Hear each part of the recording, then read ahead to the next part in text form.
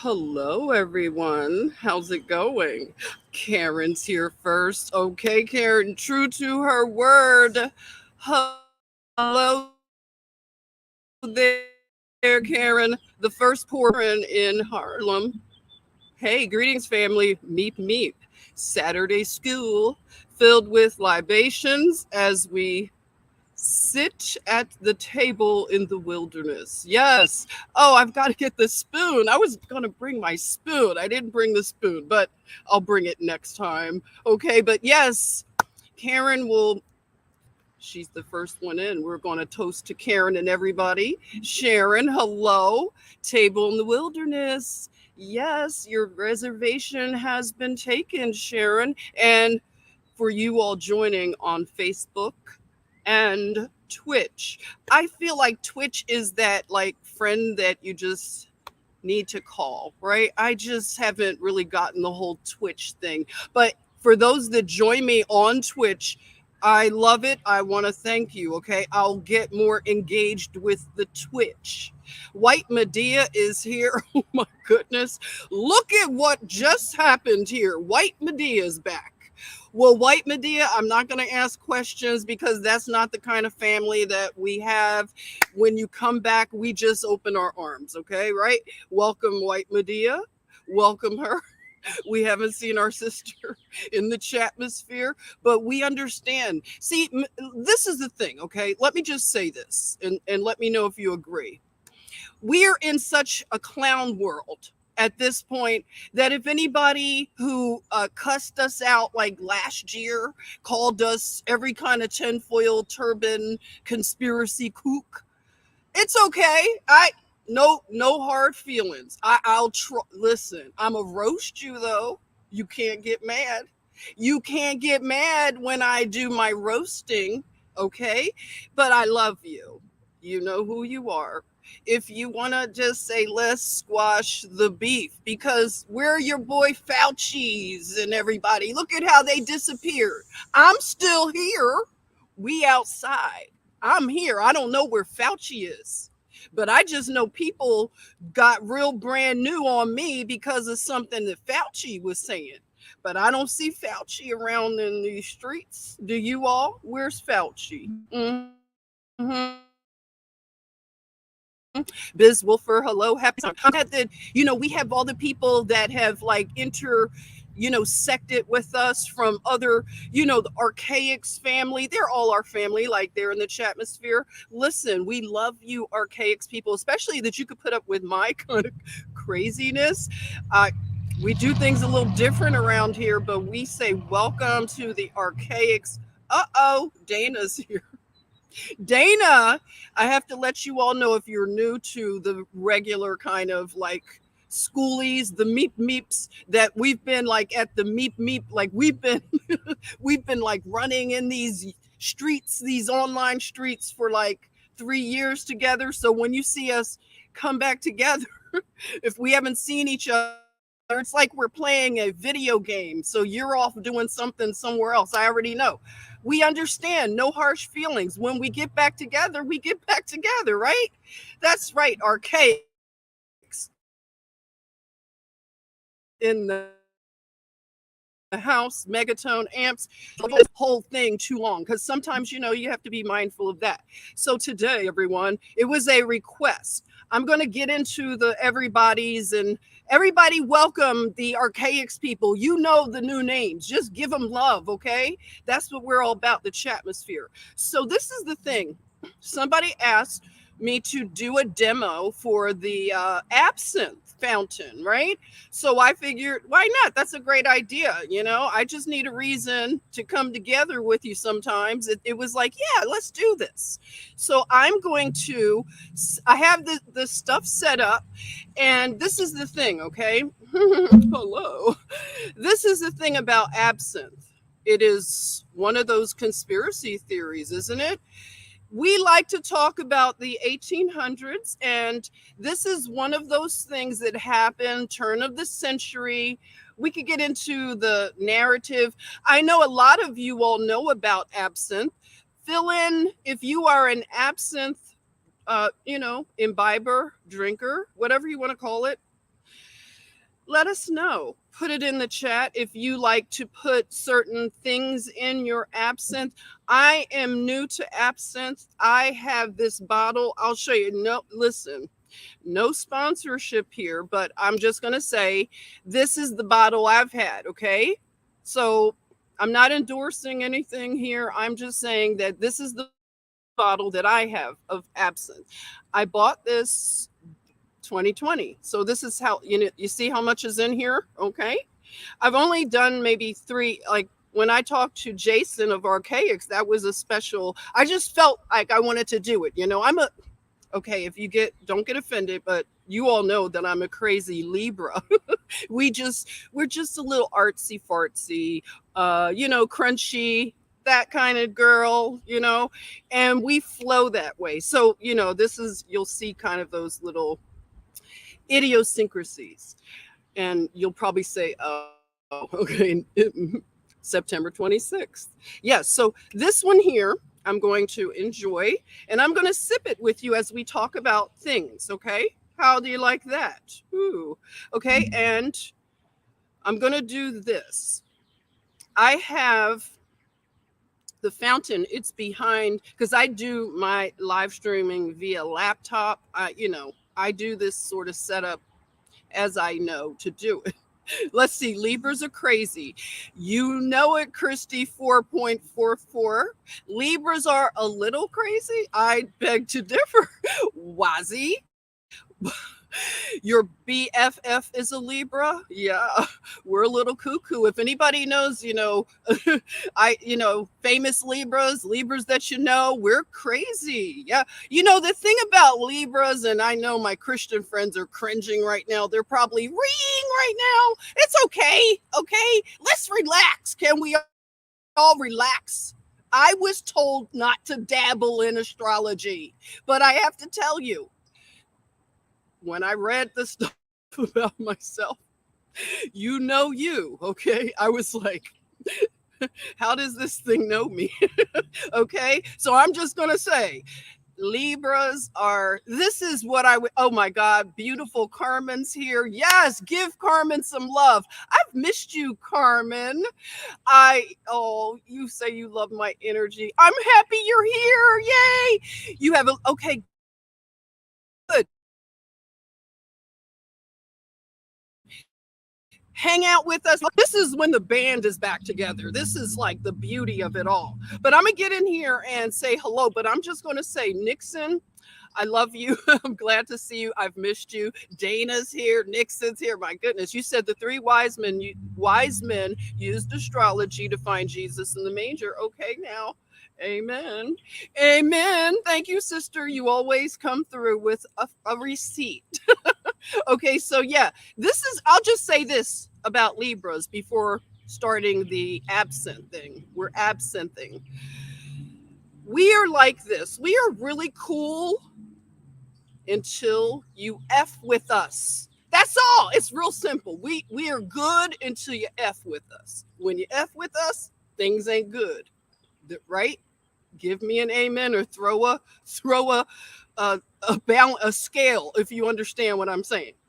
Put a scale in there if you understand. Just don't F with us. We like things real harmonious and stuff and beautiful, but just don't F with us, and don't F with kids, and definitely don't F with animals. We don't play that ish. Okay? It's real simple. And then we're all good. Capiche? Do no harm.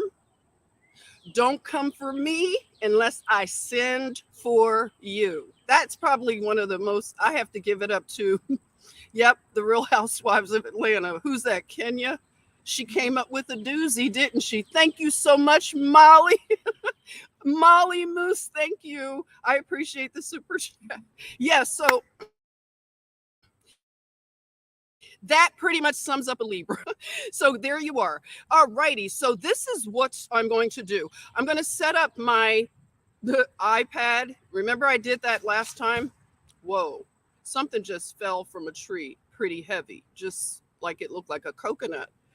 But so this is what I'm going to do with the second because it'll show the fountain. Okay, so I may have a little echoing, but bear with it. Alrighty? Okay, let me get it back on. And I'll set up and I'll explain as I'm setting up. Thanks for being patient with me. Okay. All right. Can you see? Yes, you can. Okay, so here we are, fountain. So let me just do this. And you can hear me. Sean says, Jen, you've been hitting that absinthe. No, I'm waiting. Okay, I'm going to do it now, Sean. Thank you for joining. All right, so you see me here. Okay, so I'm going to this is my fountain. It has a four spout here. I have them open, so I'm just going to close them off so that when I begin the fountain, it will only go. I'll pick this one so you can see. Can you wait? Should I pick this one? No, because it'll hit the. This is the one. I'll fix it so you can see that one. So I'm going to turn off the others. And if you just wanted to, if you were wondering about some of the detailed work on this fountain, it's very heavy. It was a beautiful gift. And you see the pine cone. And you all can tell me what you understand about pine cones. I'm out here among pine cones. So if you want to tell me what it is about the pine cones that you dig, if you dig them. Okay, so we're just needing ice, okay? So we can talk a little chemistry.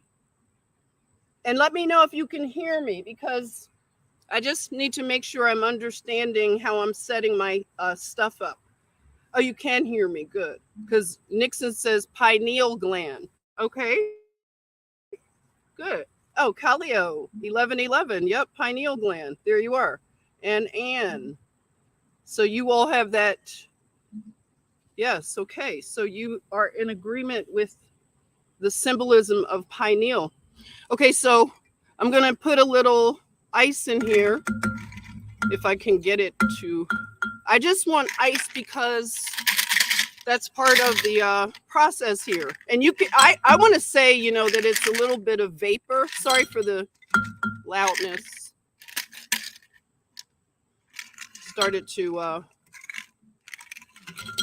okay, that's a bit better. And I might just leave it here, okay? That's enough, because I don't want to just have that in your ear.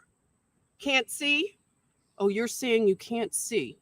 Oh, boy, let's see what's going on. One moment. Let me find out why you can't see. Was it like that the whole time?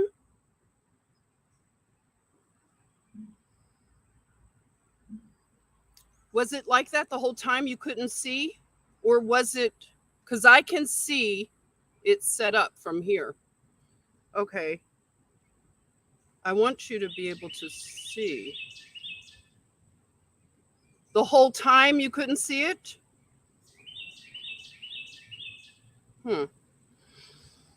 And somebody said I'm streaming from somewhere else. You have to move the picture and open the screen of myself. Oh, wait a minute. Hold it.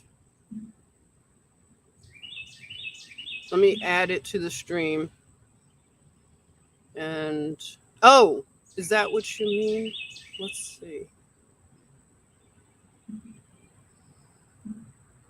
Bear with me as you said the whole time. Oh, and I thought you all could see it when I asked about you couldn't see the pineal gland when I opened up the camera.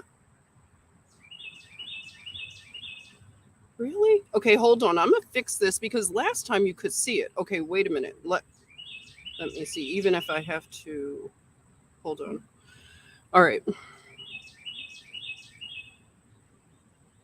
Testing over here. Just let me know. Can you see it? So only picture of.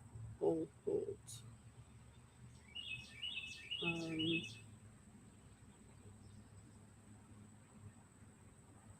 I'm gonna figure this out.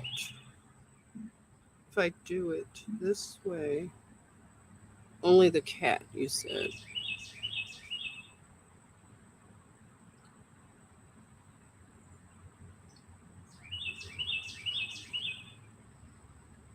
Okay, one moment. Let me just do this again because it might be that. Thank you for your patience. I'm going to send another link to my other device, and maybe it's a device to device issue. I thought it was all the same. So that might be it. Okay, hang on. Okay. Somebody's cracking up. I know, right? I'm the cameraman, I'm makeup, I'm all of it. Okay? So just give me a minute with I think I figured my issue out. I needed to send a whole new link to myself. Okay? You see me, but the cat is gone. Okay? But I'm gonna do something to make sure this is okay. Now I see you all. Okay, this is what was going on. All right. You all see it now. Okay, I'm gonna.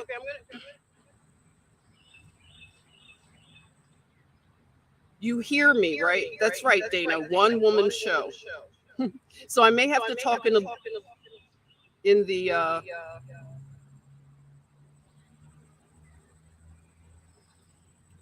echo logo only.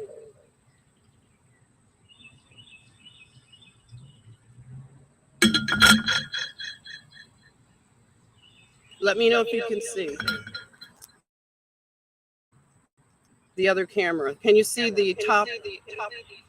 Nixon.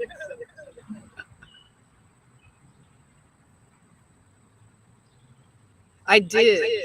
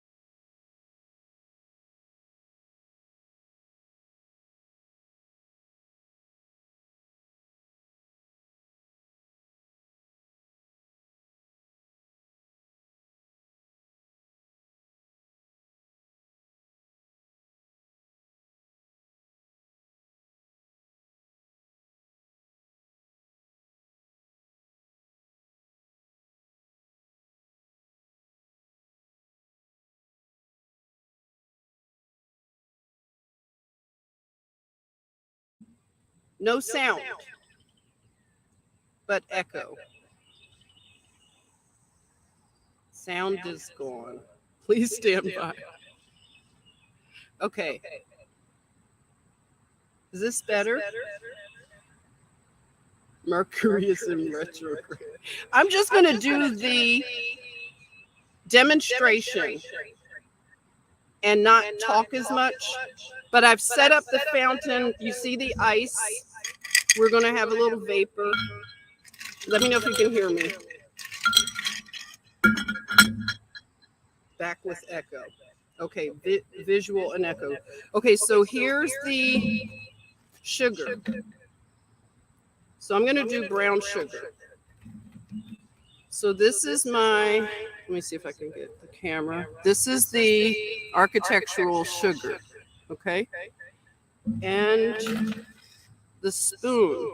So the spoon looks like this. It has a groove that it sits on the rim of the glass. You see? That's right, Sean, like vapor. Okay, so I showed the spoon and you see the Eiffel Tower. So this is a Frenchy kind of thing. Okay, so the sugar I placed on. And now it's sitting on the cup, on the glass. Let's see. Oh, that's better. Okay. Vapor. Vapors. We're catching the vapors. Let me show you some more. Oh, no. Uh-oh. That was my water.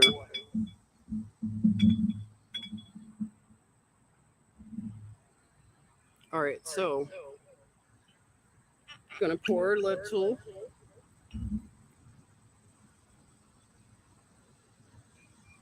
of the green goddess, as they call it. Hope that doesn't offend anyone.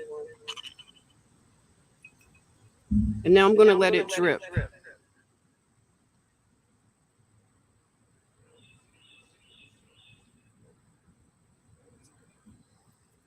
Slowly.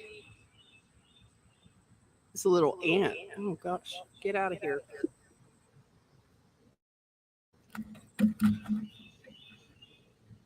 Hopefully, this isn't one of mine that has a little trouble.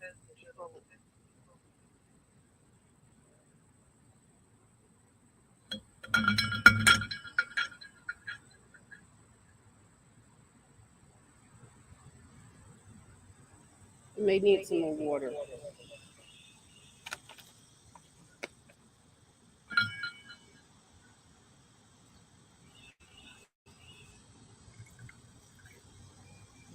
Uh oh. Okay, my drip is a little too fast. Got to turn it down. Sorry. Okay. I know you all are laughing. Go ahead and laugh. The vapors got me. Okay. So I'll let that drip and let the vapor happen, the vaporization. And what's going on? I'll turn something off so that we don't have this echoing.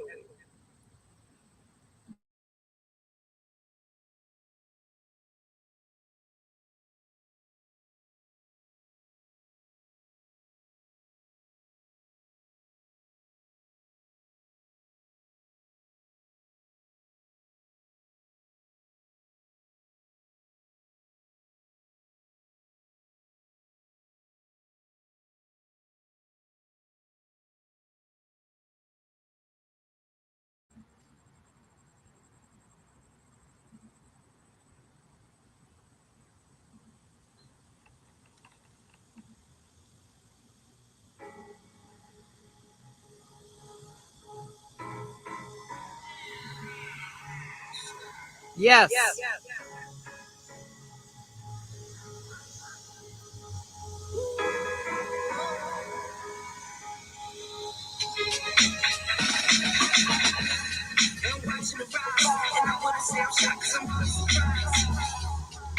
one's for the ride. This one's for who knew I make it, just needed some time. This one's for my wife. Could have left 1,000 times just about my side. This one's for the grind. I knew it would happen, just had the strength in my mind. To the videos, they thought I was a black guy. It's hard to get over. For a man, it's love, but I'm fully devoted.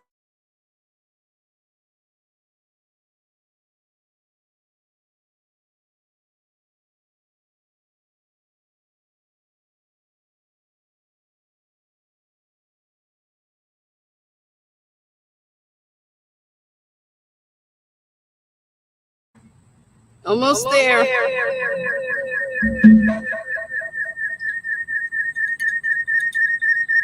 What a weird sound. Oh my God.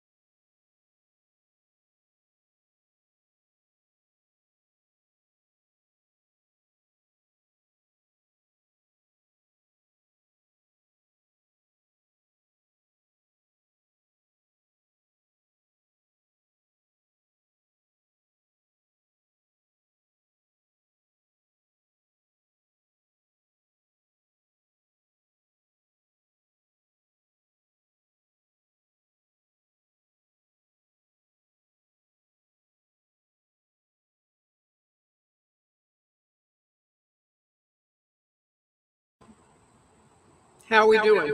Oh gosh, hold it. This one is coming off.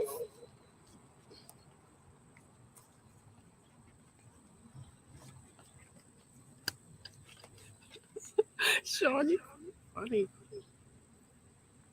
Gotta turn this off. Okay. No, it's not going on.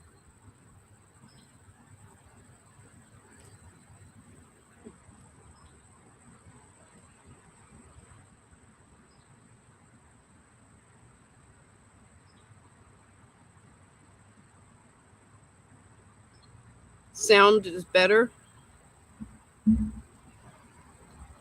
I just turned that device off. Okay. Are we on? Let me know. Are we on?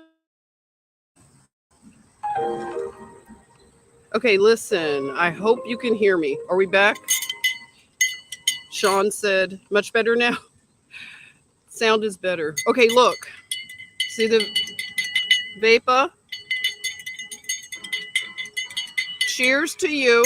First pour for Karen.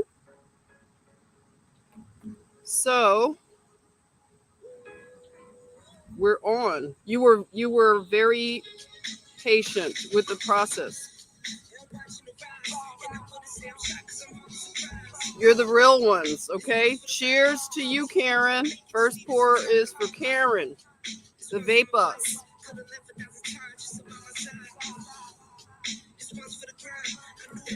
So I wanted to talk about a few things, right? Let's talk this drink, okay? It does look like limoncello. And some people do some really interesting things. I was noticing something. I'll just show you some of the things I noticed. You know, some people are really into craft drinks. I call this a medicinal. I really do. So this is a medicinal. I don't feel bad having it at this time of day. I only have this very occasionally, and it was allowed to be sold again, I believe 2005. Can you imagine? Since the turn of the century it was banned, so you could get it again. And I guess it's made mainly in France. So there's a place in France that's known for absinthe making. Let's see. Someone said it tastes like NyQuil. There you are. This is a fancy NyQuil. And okay, there you are. Cheers to the NyQuil generation. Who doesn't remember taking NyQuil? Remember the comedian who said NyQuil was the sleepy, drowsy, find yourself on the kitchen floor medicine? It was something funny like that. And it was true. NyQuil was basically absinthe. They were probably selling us absinthe all along. Conspiracy in the making. It was just a cheap, it was a Walmart brand absinthe. We were all taking NyQuil. I'm gonna go with that. That's a tinfoil hat turban. So yeah, there you are. No wonder you were feeling better when you woke up after you went into a NyQuil coma, right? Ryan said he's had good times on NyQuil. There you are. So all those bougie Van Gogh and all those guys, they were just drinking NyQuil. Yeah, there you are. I love it. We're just being real right now, okay? There is a medicinal. And some people get really bougie, like you'll see here. You could buy some kind of kit that you could make it, put herbal things in it, okay? It's up to you. I just wanted to show you what's out there in the absinthe world. And it's a very ceremonial kind of thing. I really like pomp and ceremony. That's why religion really appeals to people like me. You know, all that my dad's Catholic, so and then he married a Jewish woman. Can you imagine all the pomp and ceremony in my life? So yeah, I like the smells of the incense and stuff when I go to Catholic church and they're doing all that their stuff, and they got the little incense thing, and I like all that, and they're just waving it back and forth, right? Don't cut your ear off. That's right, because if you do, you're just cray cray, and it's not this that made you do it, right? They always like to blame other things, right? So yeah, I think I okay, I like this kind of stuff. It's me. Okay? Sue me. Wait a minute. Orthodox. Don't you love this name? Orthodox Southpaw says you must be a Sagittarius. They like punk. No, I'm not a I have like kind of a Sagittarius mouth because Sagittarius, they have like a slick mouth. A slick mouth, right? They are shady with their mouth. And Libras are like that too. We have to really rein ourselves in and say, don't say that. Don't say that. That's too much. So yeah, we do probably have, we probably get along really well with Sagittarians because they're just so like they take truth and go bam right in your forehead, right? That's a Sagittarius, and they're like, so what? I don't care if it hurts your feelings. And Libras can be like that too. We could be pretty like kind of gangster with our mouth, right?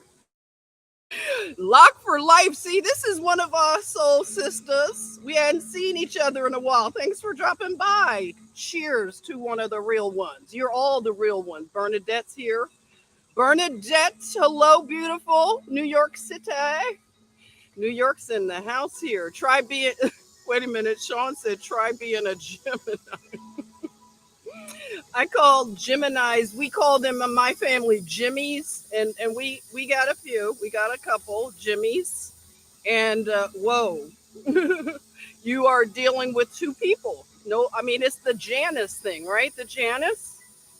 So yeah, Geminis are fun though. They're like the life of the party, and they got mouth like words, just lots of they will talk you into anything, talk you into a spell, they are the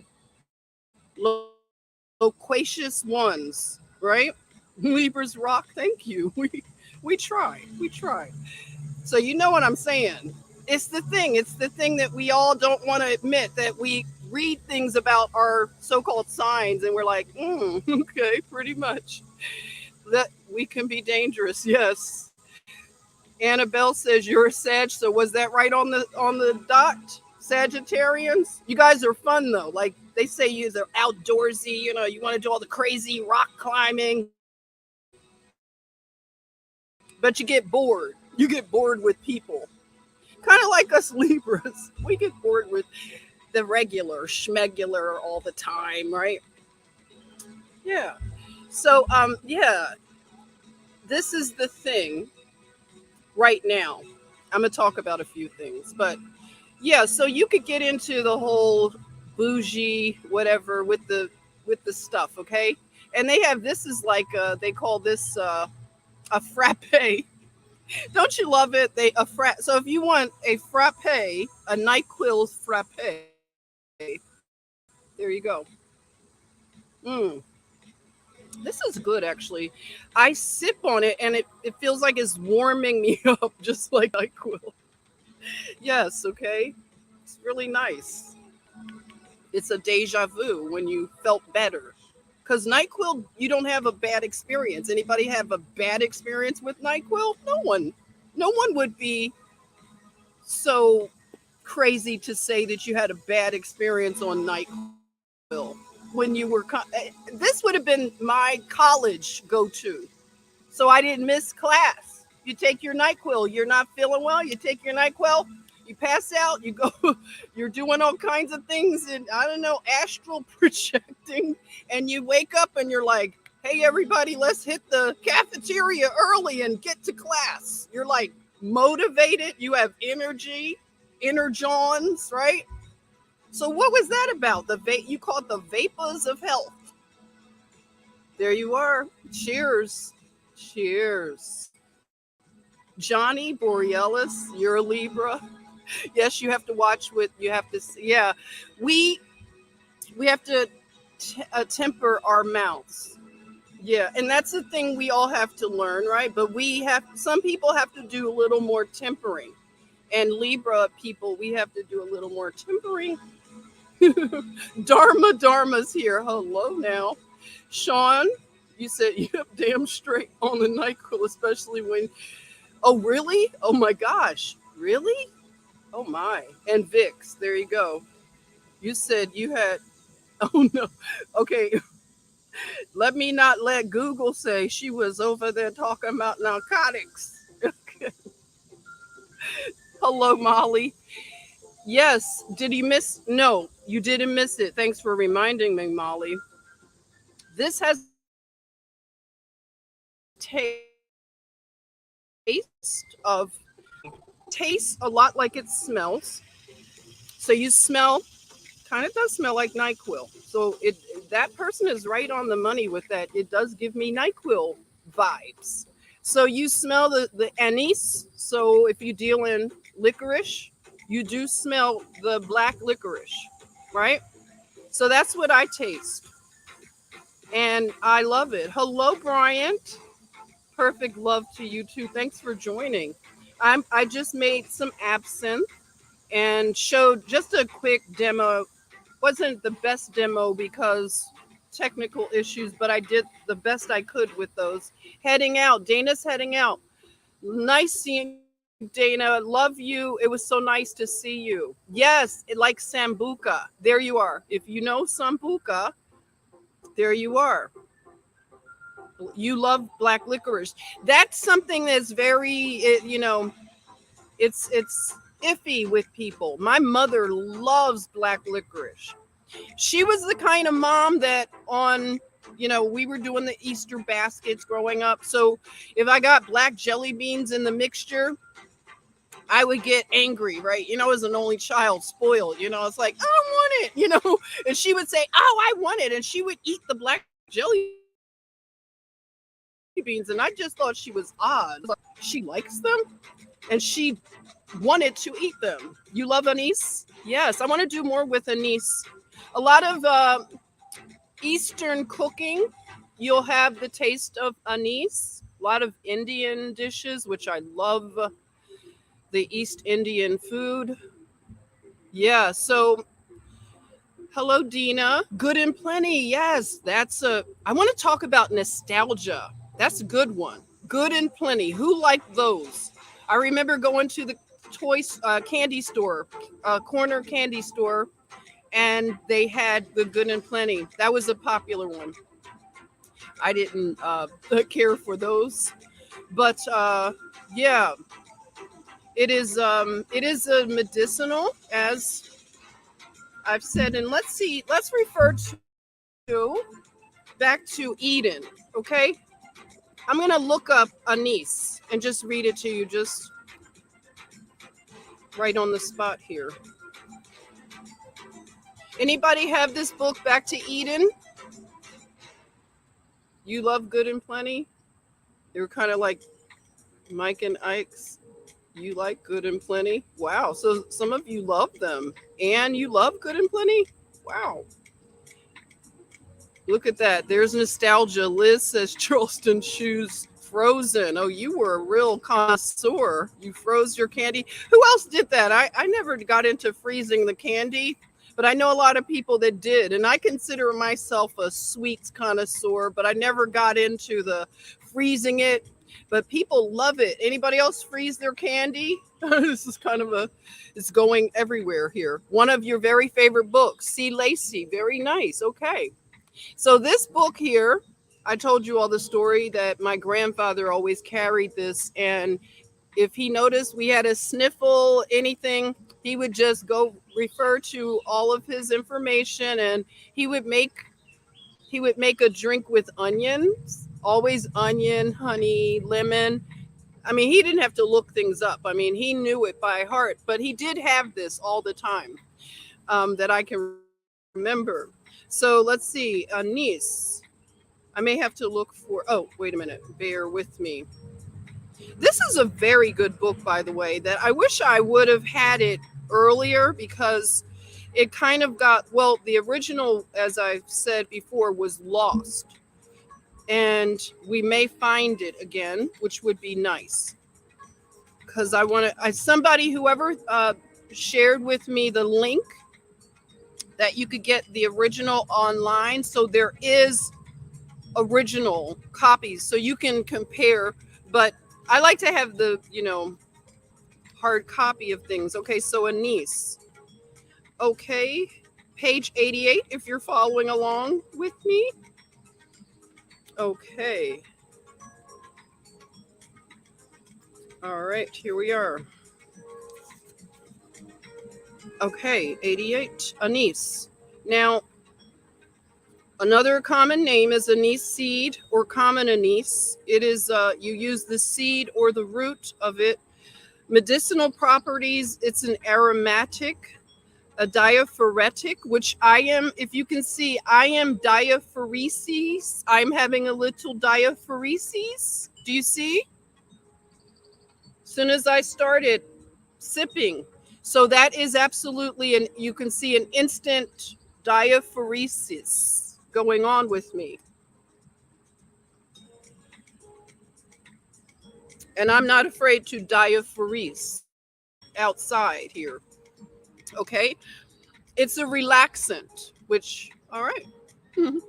No one can argue with that. It's a stimulant, which it depends on your body chemistry, right?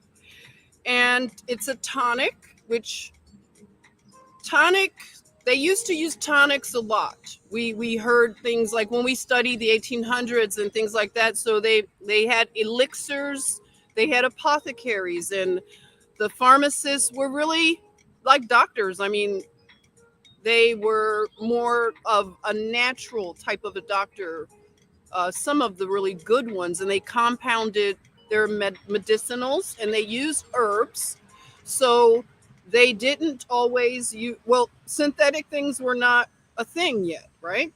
You all can tell me what year the synthetic petroleum based medication system came into play. Yes, perspiration. Can you see me perspiring? Diaphoretic. So, yeah. And it is a, okay. Oh, I was saying tonics, things that have a tonic nature to them, they will give you vibrancy to your body. And I know it has a lot to do with electrical stuff, and we could get into a lot more of this. I just wanted to do something light and airy today. And let's see what you're saying here. Karen is saying back then they were into chemistry and physiology. And so a lot of alchemy was going on for quality medicine. Yes, they were the alchemists. And that can have a scary tone to some people. So see, Lacey, you're saying 1901, 1902. Isn't that interesting? That coincides with when absinthe was banned. Hmm. Lots of things. And cannabis was banned around that time too, right? Okay. Oh, we just made a connection. I'm sure not a new connection, but we knew that it was around that, yeah, 1902. Thank you, Joey. Concoctions. I always like that term. My mother would say, "What kind of concoction are you in the kitchen making now?" You know, when you were a teenager, you're trying to try your hand at baking and cooking. So, yeah, those terms were always thrown around, concoctions. Rockefeller, there you are, the Rockefellers, when they got out there and did their Rockefellering. Then we had the petroleum based big pharma. And that's when all these things became bad. They were doing things, making people cut their ears, right? Off, and all kinds of stories. When you have the media behind you, makes sense. Hmm. All right. What else? And it's a carminative. Carminative. What is a carminative? Can anyone tell us what a carminative is?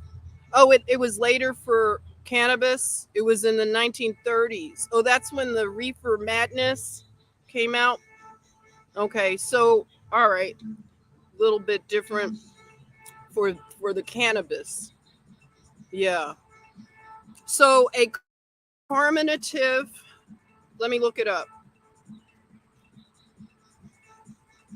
You don't see tonic water, Karen, as much? Really? A lot of things are just starting to get disappear a little bit. Carminative. Okay, a carminative is an herb that helps to prevent gas from forming in the intestines, and it also assists in expelling it. So that's a carminative, and it is a stomachic. A stomachic. We know it has something to do with the stomach. Some of the words they don't use them as much now. So a stomachic is they are herbs that give strength and tone to the stomach. They stimulate digestion and they improve the appetite. Okay. So that, and then let me just read tonic so I could just give you their version of tonic. Thank you, Anne. Prevents gas, but it's saying that it actually eliminates it. So it needs to come out of the body, right? So that's what it sounded like it was saying. So tonics are herbs that restore and strengthen the entire system. You see, it's a strengthening of your entire body, a tonic. And it produces and restores normal tone. A general tonic would be one that braces up the whole system, such as a cold bath. Oh, look at that. There are cultures that practice cold bath, medicinal therapies. I know my Russian friends, shout out to my Russian friends. They do the cold baths, and they do it maybe 4 times a year. They go to their spas, things that they tend to know about in their community. It may be a Korean spa. If you live in Atlanta, you know what I'm talking about, the Korean spa. And you can do the hot and then get right into the cold, right? So cold baths, there you are. My mom did that. She practiced cold baths. There you are. Cold baths, you want to look it up. It is a very good thing for your body. And when they had the asylums, remember we looked into the asylums from the 1800s, as well as what else? They called them sanitariums. Sanitariums, asylums. What were some of the other names? Sanatoriums, they have a lot of the older sanatoriums in Philadelphia. So if you grew up in a city that had the asylums, the big castle looking asylums,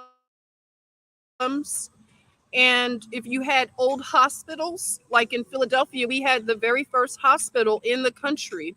It's called Pennsylvania Hospital. And I actually worked there as a nurse extern when I was at Temple University.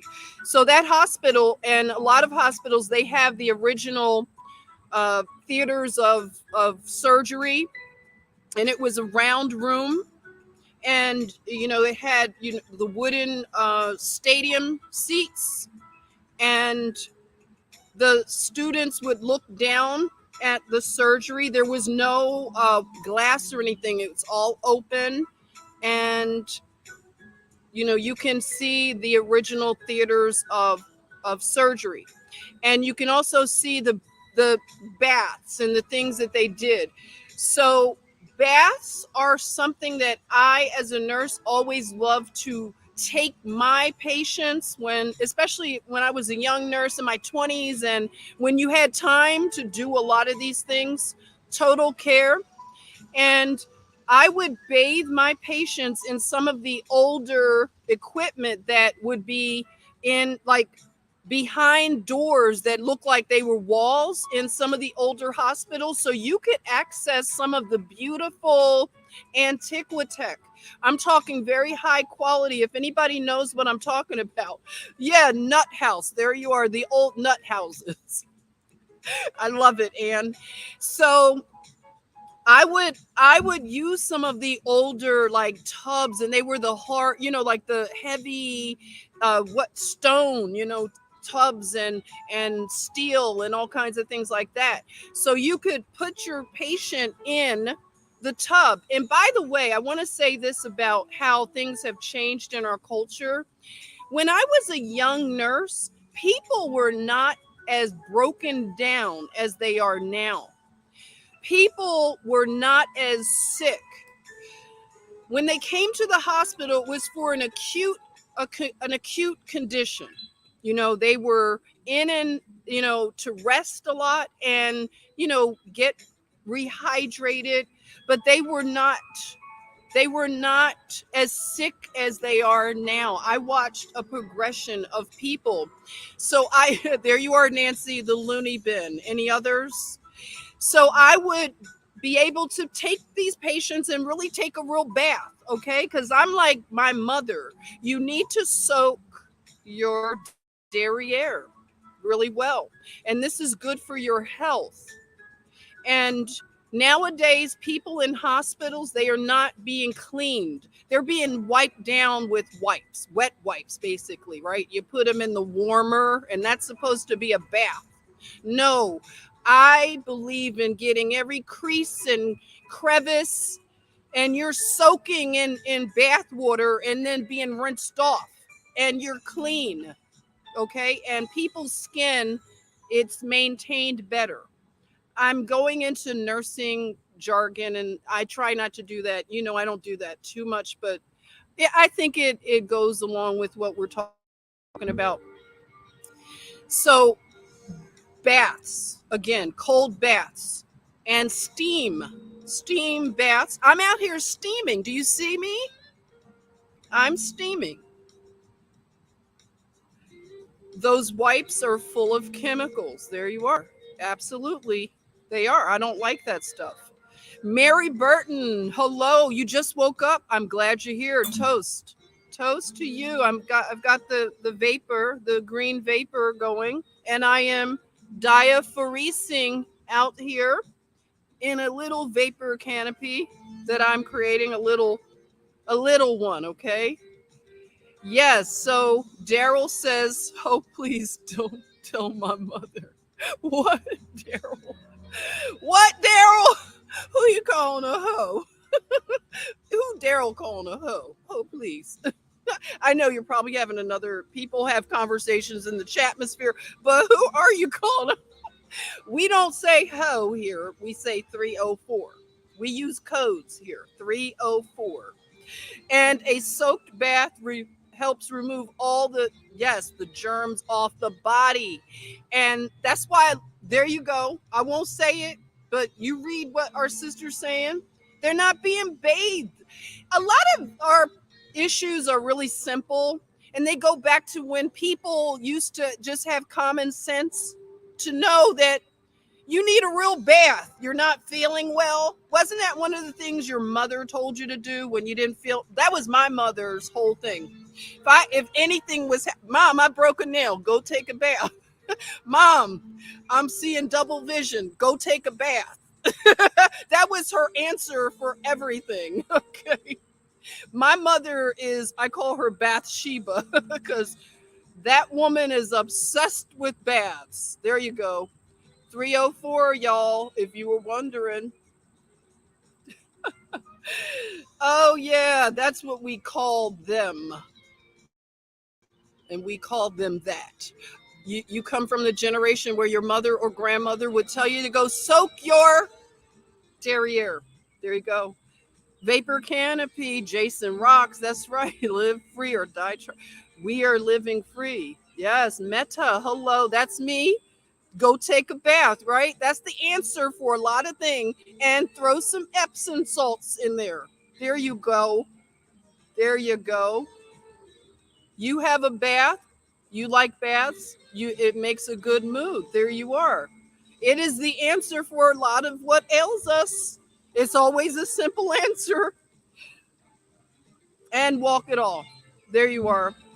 If you took a nice walk and then a bath followed up with a bath, my goodness, you would be surprised. Okay, 1 minute. I've got to plug my computer in so we have a little bit of power. I'm still with you though.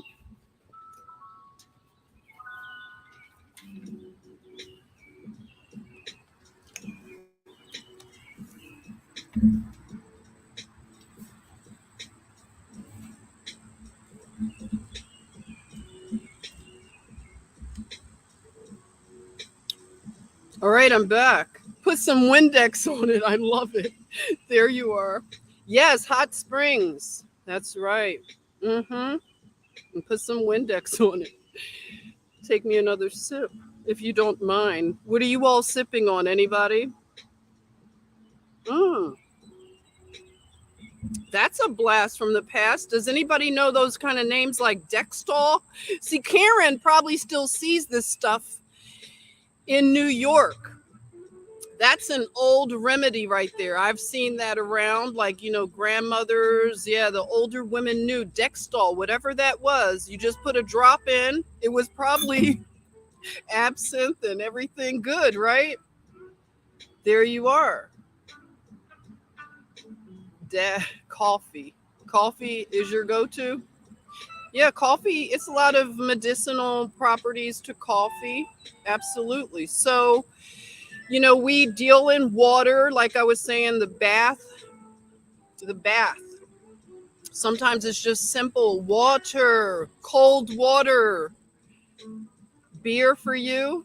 By the way, I found a recipe for the oh, there was another ant. I am really diaphoresing, everyone, but I don't mind.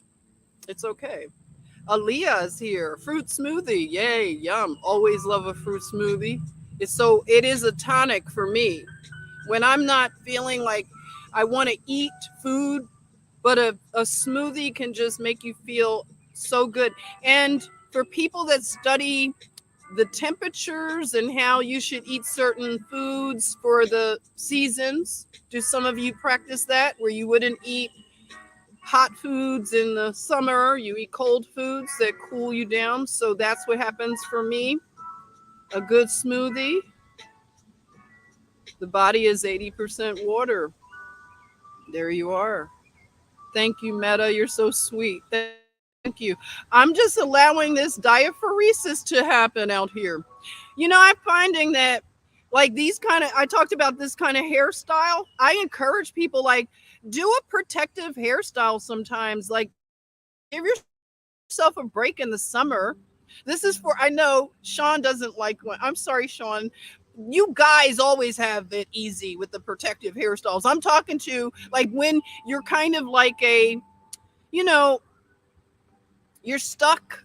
You feel sometimes with the hair, like it's always like you're chasing your tail. You feel like with the hair thing, you go to the hairdresser if you get into that cycle. And I miss my, hairstylist. But since 2020 and what happened to a lot of us, we can't have those services in our life. So, I revert to this.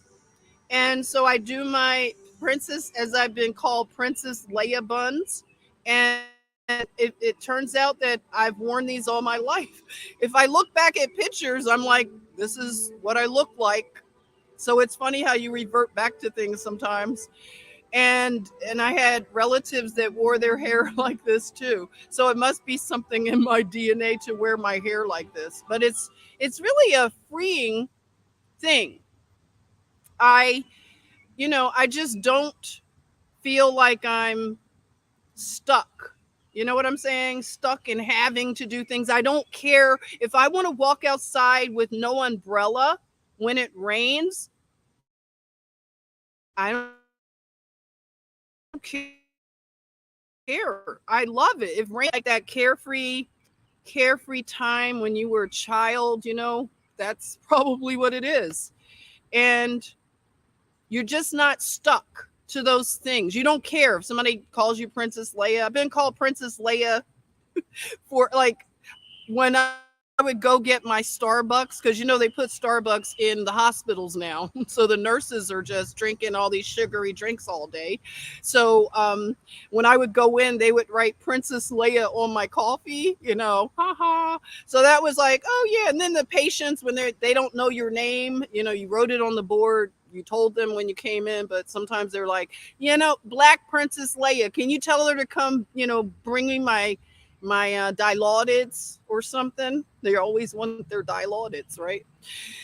On the Princess Leia side of things. There you go.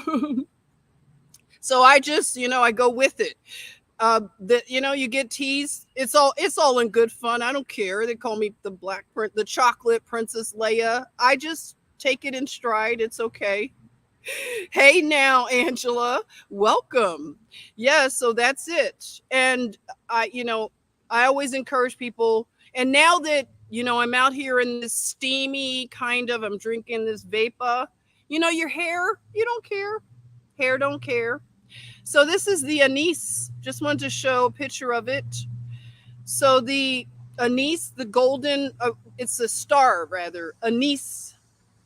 Hello, Tracy. You think it's cute and unique? Thank you. I appreciate it. Thank you. Thank you.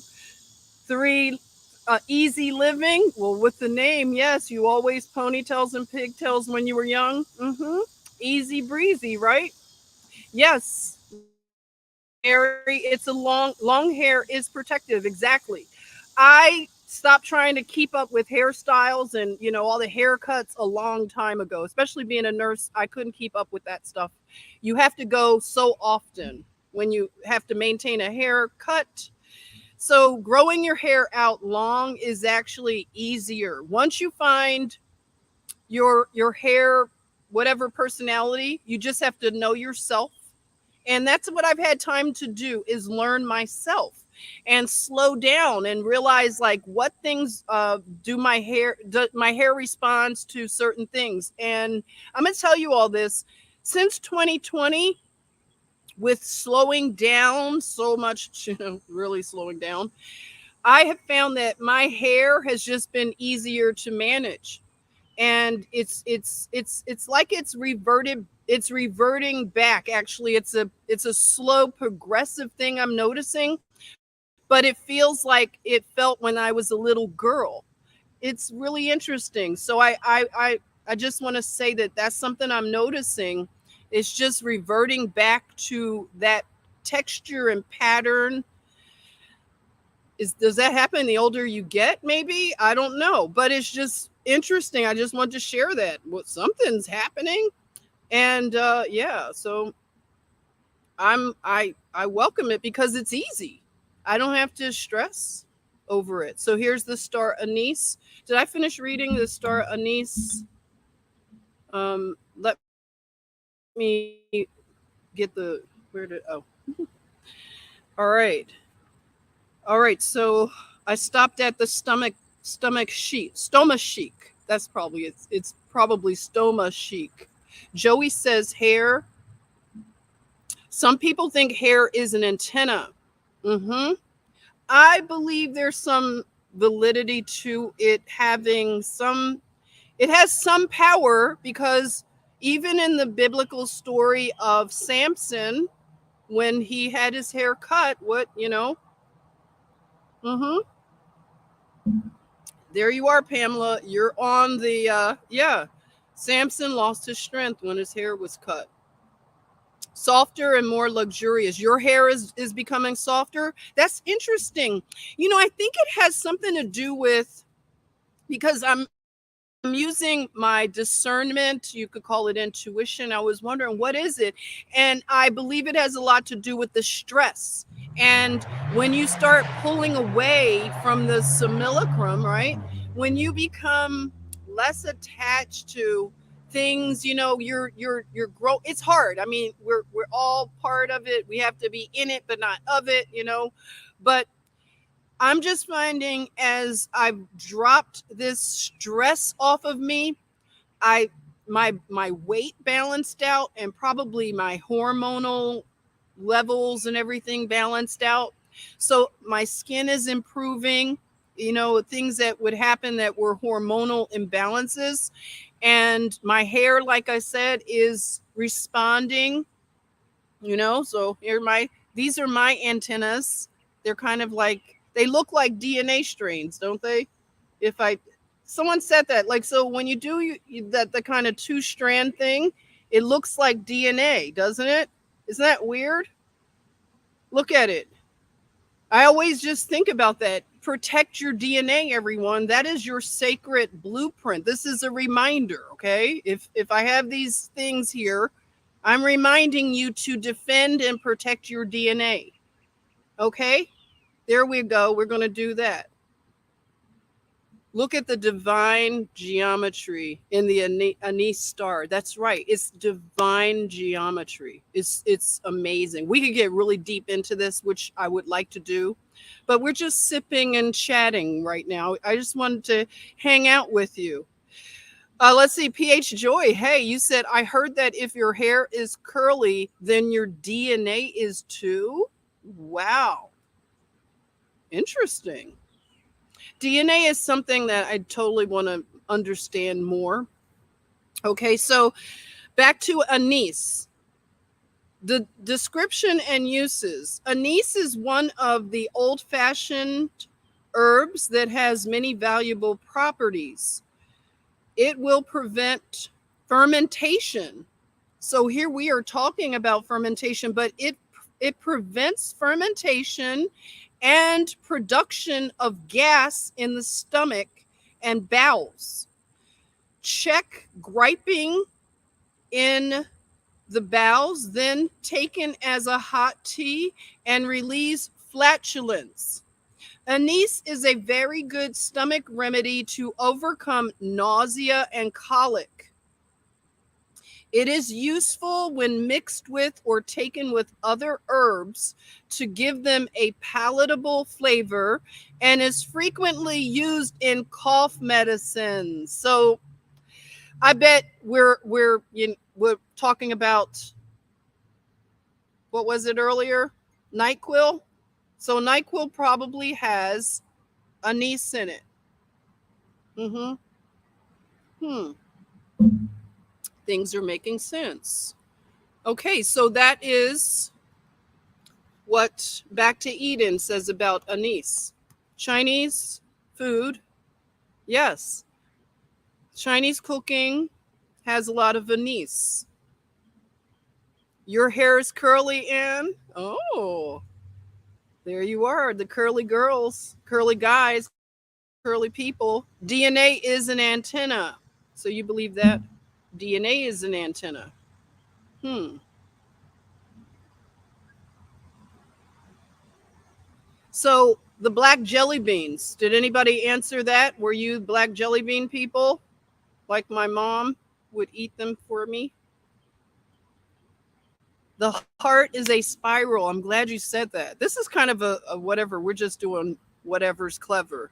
Joey, I have seen someone talk about that. It was a lecture about the heart where we learned that the heart is a 4-chamber pump, but it's possible that I wish I had something. Oh, wait a minute. I'll show you what.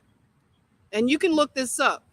If I use this as a roll, this guy had a theory that the heart is not a pump, but it kind of rolls. It's a spiral.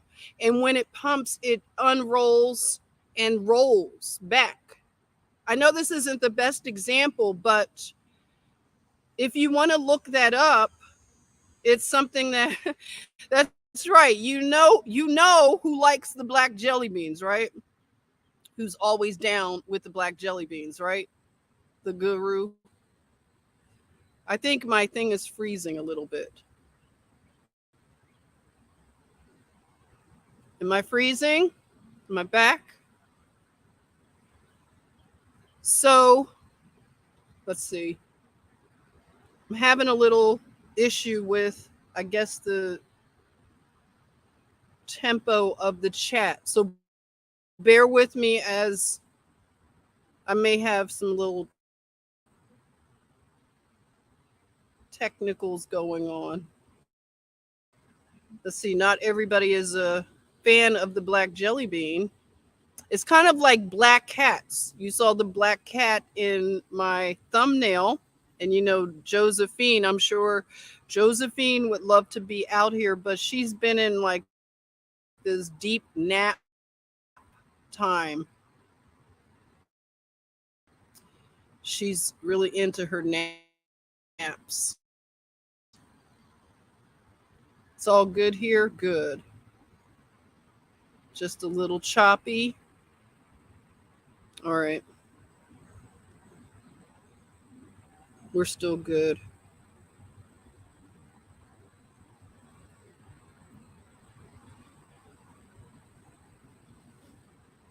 And there are some people that are making soap with the,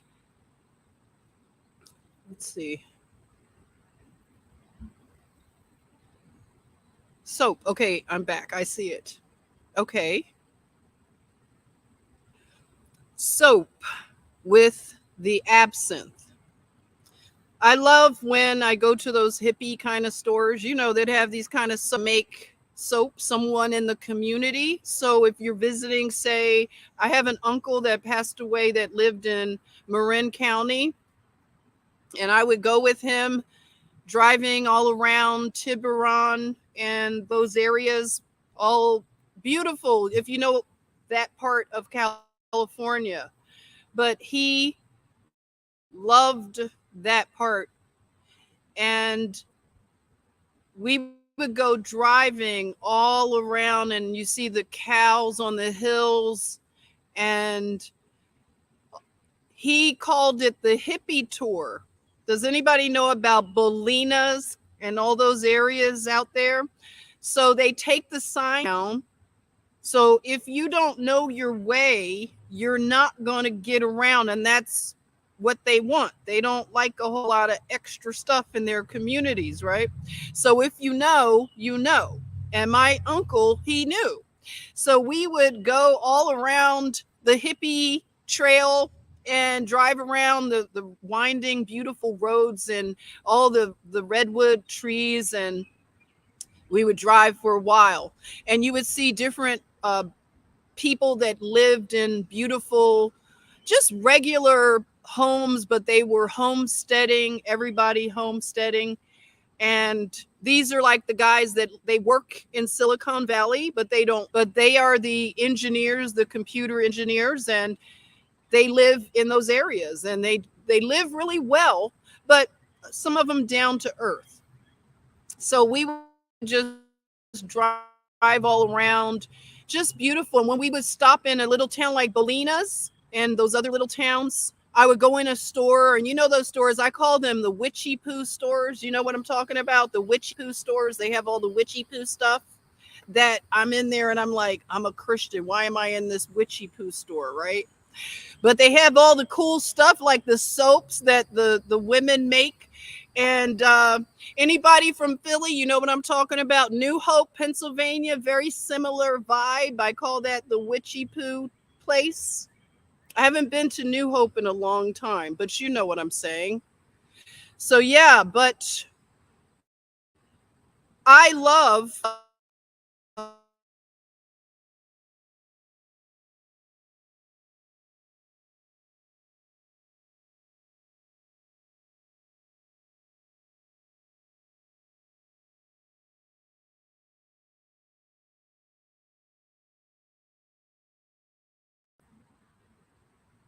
you use organic craft soap.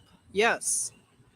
I love that because the person is known in the community, and usually the store owner, they'll tell you something about the person. I just love places like that. That's my vibe. You you have trouble with the witch term? Yeah, it's like I do too. I've been called a witch. I take it in stride, though. I know I have a problem with it. We're going to have to come to a consensus, maybe. When I use it, it's just I'm joking. I call it witchy poo because I grew up watching. What is it? You know the Sid Sid Croft, right? So you remember the character Witchy Poo. So it's just that that's my kind of funny way of describing a store and the vibe when I'm in it. They may have like pentagrams and stuff like that, and you're like, woo, okay. So that's my way. But there are a lot of good things in those stores, like these kind of things. And I know when, I've been programmed I came up in the Baptist church, and my grandmother this was not allowed at all. This was very much put down. You do not do these things, right? So I just have fun with it because even with what I'm doing, just drinking absinthe, there are people that would accuse me of being a witch. They call this stuff the green fairy, the green goddess, right? So women that I come from a line, I guess you could say, of witches. They were accused of being witches, medicine women. Exactly. So that's the thing. It's like the N word. You just have to, after a while, or being called a racist or being called a gypsy. We're all just going to have to figure out this language thing, not be triggered, and figure it out, because now that we're learning more and we're not as afraid because that programming is starting to fall away. And I want to say big shout out to somebody, I won't say your name, but a person watched one of my older videos I did about Lilith. And what I love about this new, like we're collaborating, we're mixing in with a lot of like great new people from archaics and stuff. And I love how this one new person, watching the content, she was so gracious with me about the Lilith video that I did. She didn't see Lilith in a bad light, which a lot of you all don't. I get it. The whole Lilith thing, I was just going from a person who is just now researching Lilith. What did I find out there? And that's what I say. It's a narrative. Let's look at the narrative. If I am somebody that doesn't know about Lilith, I've been told all this horrible stuff like don't even look into it. And then finally I'm breaking out of my programming and I say, no, I'm going to research what is the deal with Lilith. And I just shared my first foray into Lilith as a subject. But I am open to anybody sharing, and that's what she did. She shared something with me and I watched it, and she is coming from more of a, see, we're coming from a place of I want to know, I need receipts, I need to know where it is, I want to feel it. Like I said earlier, I want to feel the book. I don't want to look at it like online all the time. So whatever that is about us, she was basically explaining to me that when she researched for herself, she didn't go from an objective, 100% objective way of researching, that she used intuition and things of that nature. So, see, that's the thing that I love about how we are having a conversation. A lot of us don't come from the same schools of thought, and a lot of us are in our beliefs and systems of belief, but we are able to open up the table and say, come and sit.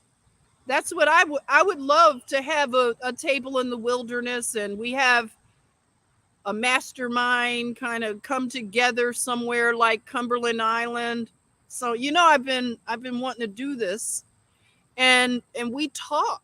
Like I told the woman, I said, I wish she was here. I pour her something nice. We could sit on one of these porches In the South, they call them the antebellum porches, big wraparound porch, and we could sit in rocking chairs and we could sip on some things, whatever else is clever, and we could sit and we can reason together. That's what I want. I want to reason together. And that's what we need. I'm looking for the day that this laptop becomes a porch. This is the porch of the future. So that's what I like about it. And we're putting this puzzle together, and a lot of us are dropping a lot of things that we believed in. It's scary, because the cognitive dissonance, it just makes you go ree inside, because it's scary to leave something behind. As Jason says about the flat earth, it's like he felt that, if I'm speaking correctly from my understanding, that it's much more like, it's more stages to, once you understand that the cosmology that you've been taught is not true, that NASA is not true, and then you come to it's a lot of cognitive dissonance, right? It's a lot of discomfort and pain for some people. But on the other side of it, once you get to the other side each time, because for me it comes in waves. I was finally ready for the mud flood. I saw it, little bits and pieces of it in 2020, but I knew that I wasn't ready. And I always give Joseph over in Ireland. Look at that. Cheers to you, a real one. Look at the green goddess. He's from the Emerald Isle. Give Joseph some love in here.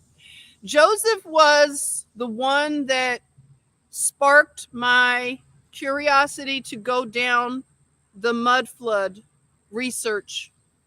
And yes, flat earth is just the beginning. Exactly. And when can you imagine, this man, this brother is all the way in the Emerald Island. He's in Ireland. And he was able to affect my growth. So this technology, we're not knocking it. It's what we have right now. And when he said what he said in that comment, it was on Instagram. I'll never forget. I was talking about architecture and he said something, and it was just, how that light just comes on. That's what happened. It was my time. It was my appointed time to look into this. And I was being made like ready for it. And once I did, you go back to it takes you back to Eden, doesn't it? It's like you go from, well, this was my trajectory. I went from mud floods to, then I went to the book of Genesis, right? So you go to Genesis. I've stayed in Revelations. I've always been more comfortable with my understanding somewhat of how the Revelations book goes.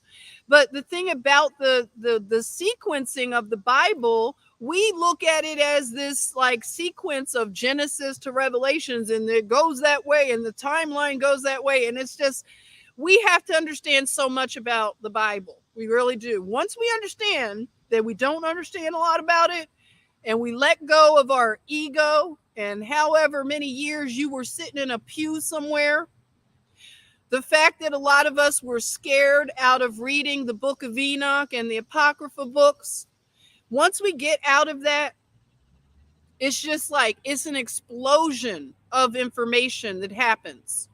And so for me, I went from mud flood. Joseph recommended like Levy, and you introduced me to a lot of the people that I just dived in. You know how we do I just couldn't stop watching the information, and I binged out on it. So I binged out and I got all that I could get, like, and then it became, oh my goodness, I want to research. And I have so much research. I wouldn't be able to be bored. It's so much. It's amazing. So I went from that to then the Book of Enoch. And then the Book of Enoch then opened up more like, then it's like, wow. But it's not scary. I hope people realize when you're letting go of the fact that you know that you've been lied to, you've been gaslit all your life, you've been, just miseducated. Once you can get over that, it's hard. I know it's not easy to admit that. I get it because some people have a lot of investment in this. I'll use Jason's term, the soliloquy, the simulation that we're in. They're very tied into it.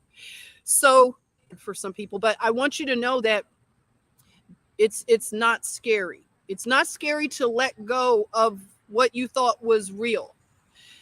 It's not going to lead you into emptiness. It hasn't for me. And I'm just sharing my testimony. It doesn't feel scary to learn this stuff and just to be open and just, I call it being nimble. So, here we are. You have absinthe products. So I don't know. Somebody may want to do some of these kind of things and consider absinthe as an ingredient. You have the wormwood and all these other things that are interesting to look into. Truth is traumatizing, T. Witten says. It can be. You know how they say if you're not pissed off, then you're not paying attention? I think that the truth can make you mad sometimes because you feel so betrayed. Hey, Dr. EMB, welcome. Amen. I haven't seen you in a while. Yes, you're never bored. Never bored. That's how I feel. I'm just never bored. So it is an adventure. They even have absinthe chocolates, everyone. I was intrigued by that. Another thing that I'm noticing that absinthe reminds me of, I wear a deodorant that has Palo Santo and frankincense and what is it? Frankincense, Palo Santo, and myrrh. And when I have it on, especially now, I'm diaphoresing out here. My deodorant is really going into maximum overdrive, so I can smell the Palo Santo and the frankincense. It's always like a whiff, a whiff. But I think of those things when I smell this. It's something about this. It reminds me of Palo Santo. Does anybody know? You love Palo Santo? Does it remind you of anise? Because for me, I'm getting a little bit of it. It may be that I'm smelling it on myself, but I'm just saying. That's right. You all know about it in the deodorants, right? It does. It really goes with my chemistry. This blend that I found it somewhere in Savannah, Georgia. Jed Dubay, hello. You are from Michiganistan. Welcome from Michiganistan. May freedom come to your land, your state, your statehood. We love you over it. I can't imagine what it's like over in Michiganistan. I was born in Gary, Indianistan, okay? So, yeah.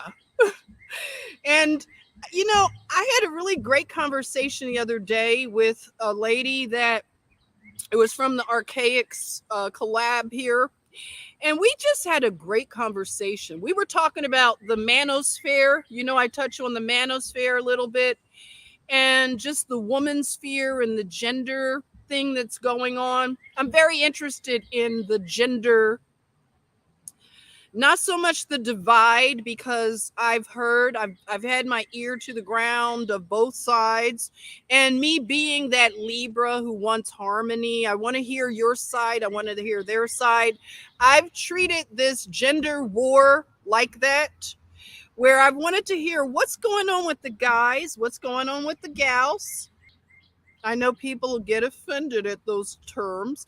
Jamel, hello. Thank you for joining and cheers to you, Jamel. Jamel's been on this road with me for a while. Yes, so we were talking about this new thing that's going on in the manosphere, which I wasn't aware of, but there is conversations going on in the manosphere about healing, like everyone getting healed of the trauma, which is a great conversation. That has to happen everywhere. All of us that are coming through this time of well, Jason says we're not in the apocalypse now. Maybe we're in what Paul Romano has called the apocalypse. So that's what I'll say. We are in the apocalypse right now. This is the clown world of, just think about this. I keep saying this whenever I talk with Delora and her group. I have said this 2 times already, and I'm going to say it here. I'll ask a question first. Who is considered in our world the leader of the free world? Who is that considered to be, like, that we have a consensus of agreement? Who is the leader of the free world? Can someone throw it in the chatmosphere as I take a sip? Who is the leader of the free world according to this system?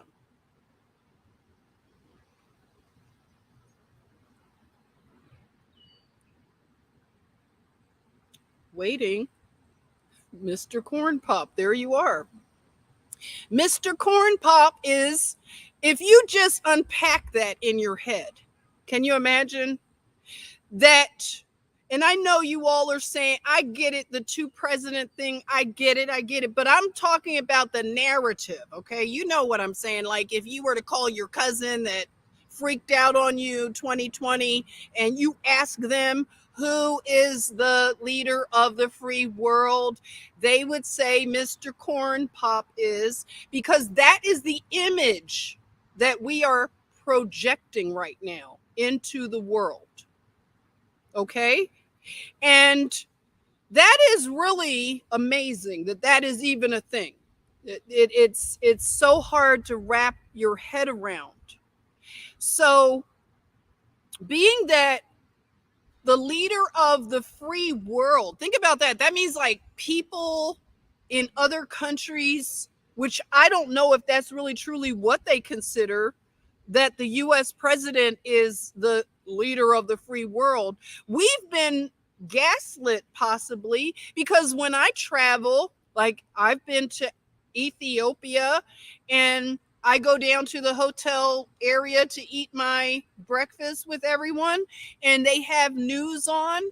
Well, they have news that it displays their life in Ethiopia. Everything on that television as I'm eating my breakfast, it's on the rhythm of Ethiopia. Their leaders, their culture, nonstop television, right? Why would they consider America? You know what I'm saying? Like, I think maybe we're just kind of maybe in a delusion in a way that we've been told that the world considers our leader to be the leader of the free world. Like, what does that even mean? I'm just saying. So it's just a weird kind of reality that this simulation is just so wackadoodle. But I'm just saying, it's interesting that Mr. Corn Pop is considered like the top guy. He's the man. He's the dude of the America. And what does that say about the patriarchy? Now, I'm not trying to get the men to go re on me, but I'm just saying, doesn't that say that the patriarchy, we got some problems? Houston, we got a problem here. Because if this guy is the face that's being projected as the leader, that means we got to roll it in and we got to do some diagnostics, right? Because for whatever reason, we manifested him. We manifested this, whether we like it or not. What's going on? I mean, for those that want to take the power back and everything, why did we manifest this as the man, the head dude? I'm just saying, we have to heal. So what I was talking about, back to my subject about the manosphere and some of the conversations that she was letting me know that are taking place, is that in a certain faction of the manosphere, they are talking about healing themselves, just going and just healing all of this stuff and being accountable. So that's great. That's what needs to happen. We need to do that in the, if you want to call it, the woman sphere. Because, okay, I'm going to dish out the medicine equally. So we may have Joe Biden, Corn Pop, as the leader of the free world. Well, who's his queen? Who's his queen? He got two queens. He got Dr. Jill, Dr. Jill paging Dr. Jill. I'm a doctor. I'm a doctor. So you got Dr. Jill, probably got her. I'm not going to say anything. I'm trying to be nice as I can. Yeah, I told you this, that Libra mouth, that slick mouth, I got to get rein it in. I'm not going to say what. Just okay, so you got Dr. Jill and you got Kamala, Kamali. So you got Kamali and Dr. Jill are his queens. Those are the queens of America. Okay, so woman sphere. Hello. That means the matriarch is ooh. We got a problem. We got Newport Lucy, Kamala Harris. Have you seen that one? Her and Corn Pop, and he's got corn. That's one of the best memes. I got that saved. I should have had it for now. But I'm just saying, okay?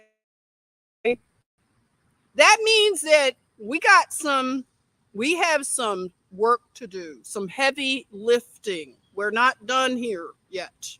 But my thing that I'm feeling and sensing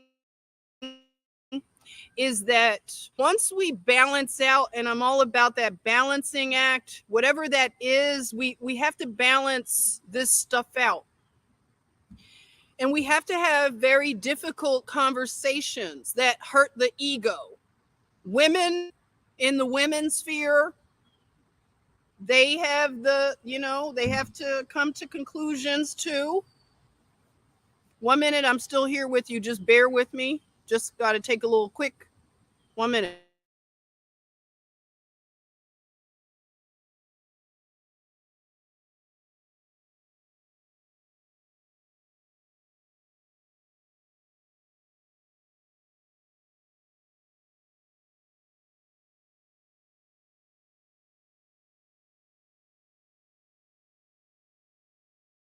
Right. I'm back. Let's see. PH Joyce says humility is big. The truth speaks for itself. Exactly. That's what we need, a lot of humility.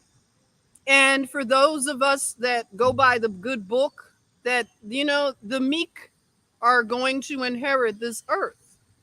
And that's what has to happen. Whose birthday is going on right now? Happy birthday, Lisa. Where are you? Lisa's birthday.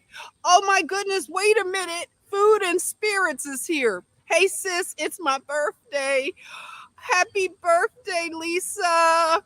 Oh my gosh, thanks for spending. Cheers to you, Lisa.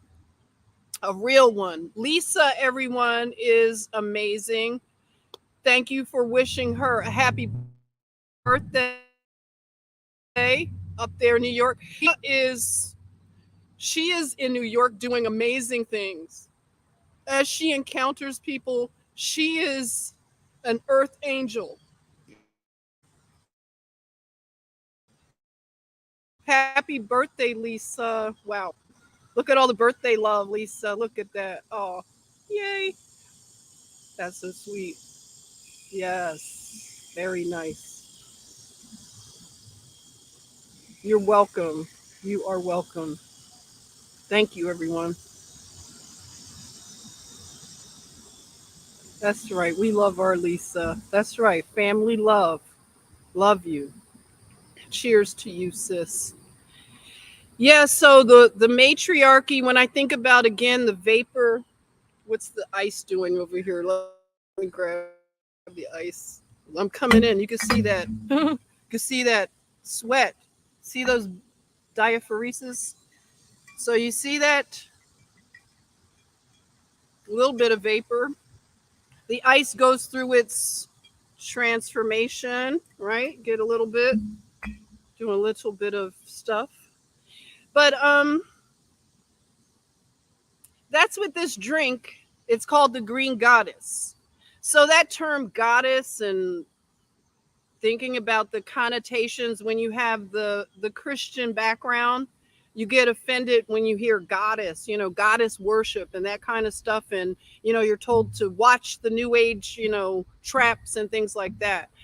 So that's one of those things that all of us are beginning to just have conversations like we can at least like look into research the stuff, not be so just triggered. So the goddess thing, you see that this drink was described as a goddess that would inhabit people and make them crazy. So why is that always a thing in this culture? And I'm starting to see it now. I didn't see it as much before, but a lot of the negative connotations given to women, that women are so evil. And I'll admit we are crafty because we think differently, right? Ladies, let's be honest. We have a different way of thinking. We're kind of strategic. We've got the strategery in our thinking. And because we don't have the fight thing. Some of us do. Some of y'all are dangerous with the hands. But because we're not, strong as men are, of course, we don't have the same physiology. I don't need to get into that anymore. Some things I'm just over debating. It's kind of, we're at the point now, it's kind of like, if we have to debate that men and women are not equal in that way, we're not equals in the way of like how the society wants to make it sound. I'm over having any debate with it. Just know that I don't think we're equal, and that's it's how it is. Okay, so we had to use our cunning, our mind. It's something about our mind. And when Jason talked about the vapor canopy, I've been on that thing, the vapor canopy, and how the conditions of living in a vapor canopy, a return to Eden, you know, I see it as a kinder system for women. And it hurts me that women have resorted to things. I brought it up last time we were live. I've taken care of women when I worked in Los Angeles and they were in the porn industry or they worked in the strip clubs in Hollywood. And when I would talk to them, it would hurt my heart. And a lot of people look down on these women, and when you hear their stories, they have been traumatized as children. And that's why I would always try to appeal to the men in my family or guy friends or anything. I would just try to appeal to use your heart when you get certain forms of entertainment. You know what I'm saying? I don't want to be judgy or anything, but I'm just saying that a lot of times this entertainment that happens, these women have been abused from the time they were little girls. They don't have agency of their bodies. And on my side of listening to them, as a nurse for all these years of listening to stories, some stories I can never get out of my mind. And it would just That's the one thing. It's not that I am such a whatever you want to call it, like, oh, she's just a Bible thumper, she's a square, whatever. It's not that. It's that when you look at why this woman wouldn't want to do this. They don't want, a lot of times when they're honest with you, that's when I get to talk to people as a nurse. They have all those walls are down a lot of times. And you get to talk to the real person. And when you hear their story, their Genesis story, they don't want to be on those poles. They don't want to be on their back. They've been conditioned to want this material stuff. But once they get it, when they really talk to you, they're telling you that that stuff is emptiness. It means nothing to them. And, a lot of times they can't really trust the people around them. And they're in a world that it's a real dog eat dog world. So I want this vapor canopy culture back. I do. And it's not about, oh, I want a matriarchy and all this stuff. It's about, I want women to not be in this system that the Bolsheviks have created, with this banking system that is a vampiric, parasitical system that endangers women and children. I don't want us to live under this, because women, when we can, okay, if you're familiar with the terms that are used in the woman sphere, they use hypergamy, hypergamous, they use resting in your femininity.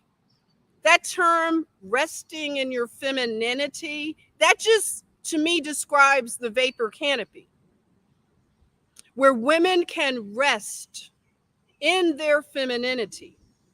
We are no longer competing with men. Like, what? We're competing with men? What the heck? I was watching a YouTuber named Charisma. She's a beautiful young lady. And she brought up a very controversial point. And I never thought about this, but let me share it with you. She brought up, like, how back in the 90s, when you think about music and just like the culture, women, even from the 80s, when you had remember the power suits that the women were wearing, and the big shoulder pads. And she said that that is a form of cross dressing.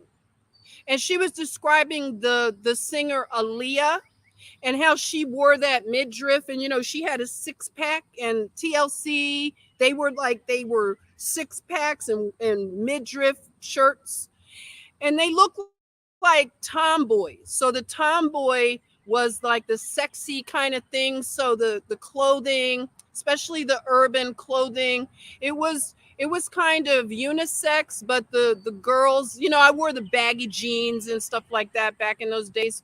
But she was saying that that's a form of cross-dressing. And I was like, wow, that's a controversial statement. But I had to, I wasn't offended, but I said, she is really making an interesting point. And I used to be a pharmaceutical sales rep for part of my 10 years in big pharma.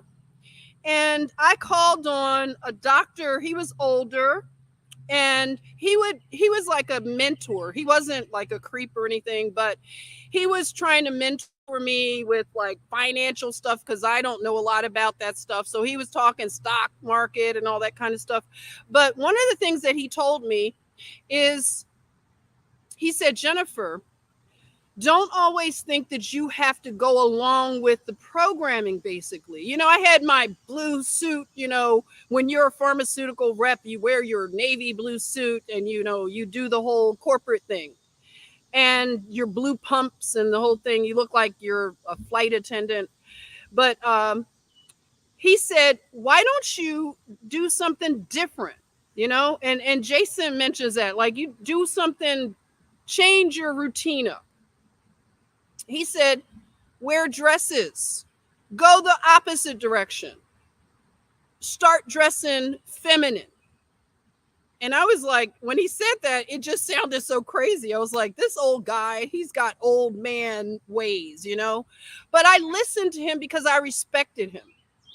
And I started wearing dresses. I went out and I even purchased new like dresses, and I got more, you know, kind of corporate-y dresses, not church dresses, but and I began to, like he said, just go the other route. All the women were in their power suits, you know, and I was in a dress. I was calling on my doctors, and you know what I noticed? Men responded differently. I noticed the energy just it changed. It was very different and it was good, I'll say. So it was really good advice that just something simple like that.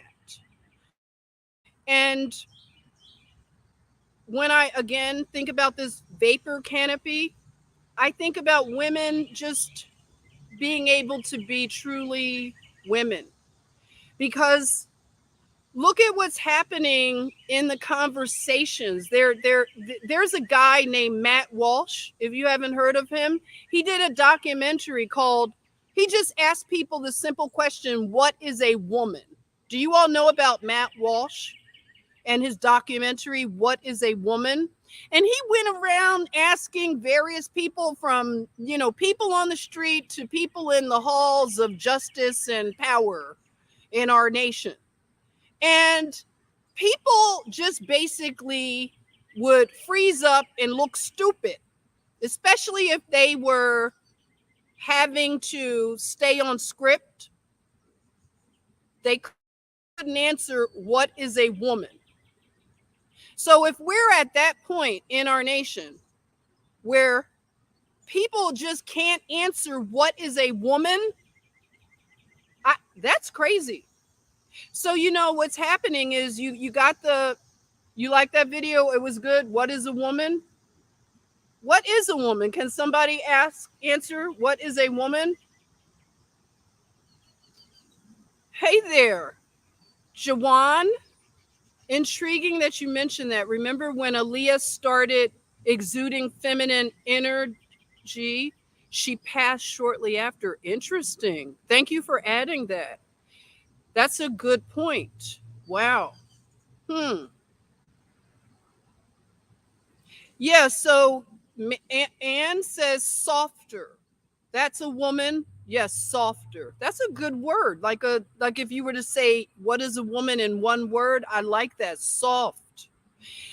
And I'm telling you, soft is not bad. For people that grew up in a Baptist church, I know somebody, a comedian probably brought this up. But you remember like your grandmother or her friends, they had like the big breasts, you know, just amazing women. And if you were crying or something and they just like hold you and they rock you and you're just like resting on them and you're just thinking, I am in a safe place right now. Children just respond to that real like soft, the softness, and you just feel safe. And I just remember those women just being around when I was little. They were always looking out for the children in the neighborhood. They were in church and they saw you when you did that. They caught you and they would tell you, I saw that. It was always eyes around you. And the thing about where we are right now, and I shared last year, there's a guy who started out as a man.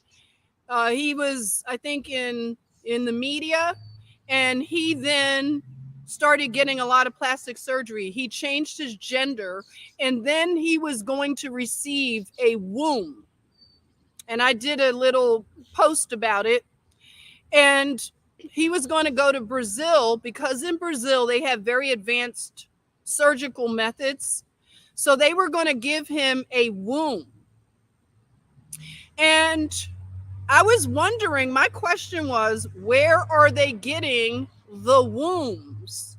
And that was a question I wanted us to just consider. Where are they getting the wombs? Hey, Thea, you say a woman is a birther. Okay. A lot of people think that. I'm sure. Okay. You say loving and caring. That is a woman. I'm really sweating. Soft and strong. Hey, Destiny Rose. What is a woman? You say, all right. So wait, you said something here. PH Joy is saying a woman has 1/8 more DNA info than a man, more complicated in a way.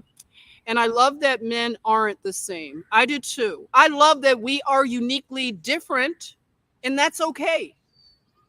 That is okay. I'm all right with it. So the thing about where they're getting the wombs, we could have all kinds of theories about that, but that should be something that is the real question because of, again, women are not safe. And I thought women were safe. I used to always rail on about, shut up, ladies, you're in the best country. I do believe that women have had it very good in America. But at the same time, we have women that disappear from, say, a city like Washington, D.C. Do you all remember all of those women missing in Washington? And it was just cold case after cold case. Women just disappearing, never being found. And it just makes you wonder. You start wondering. So,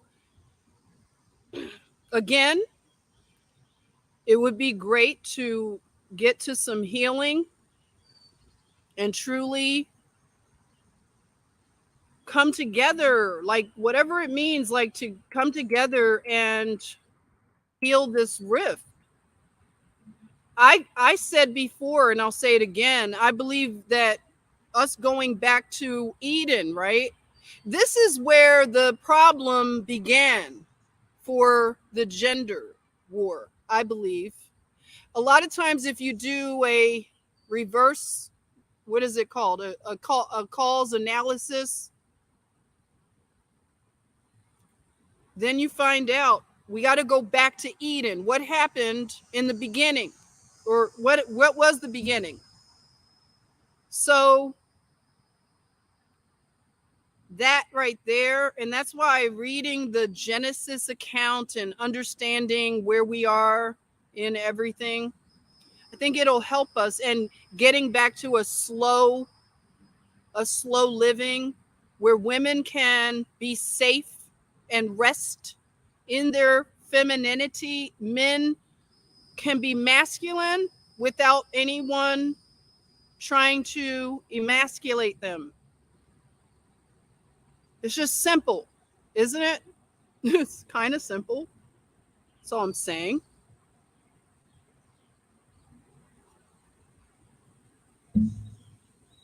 And getting back to the soil, growing our food, making our products. So you don't have to go buy soap.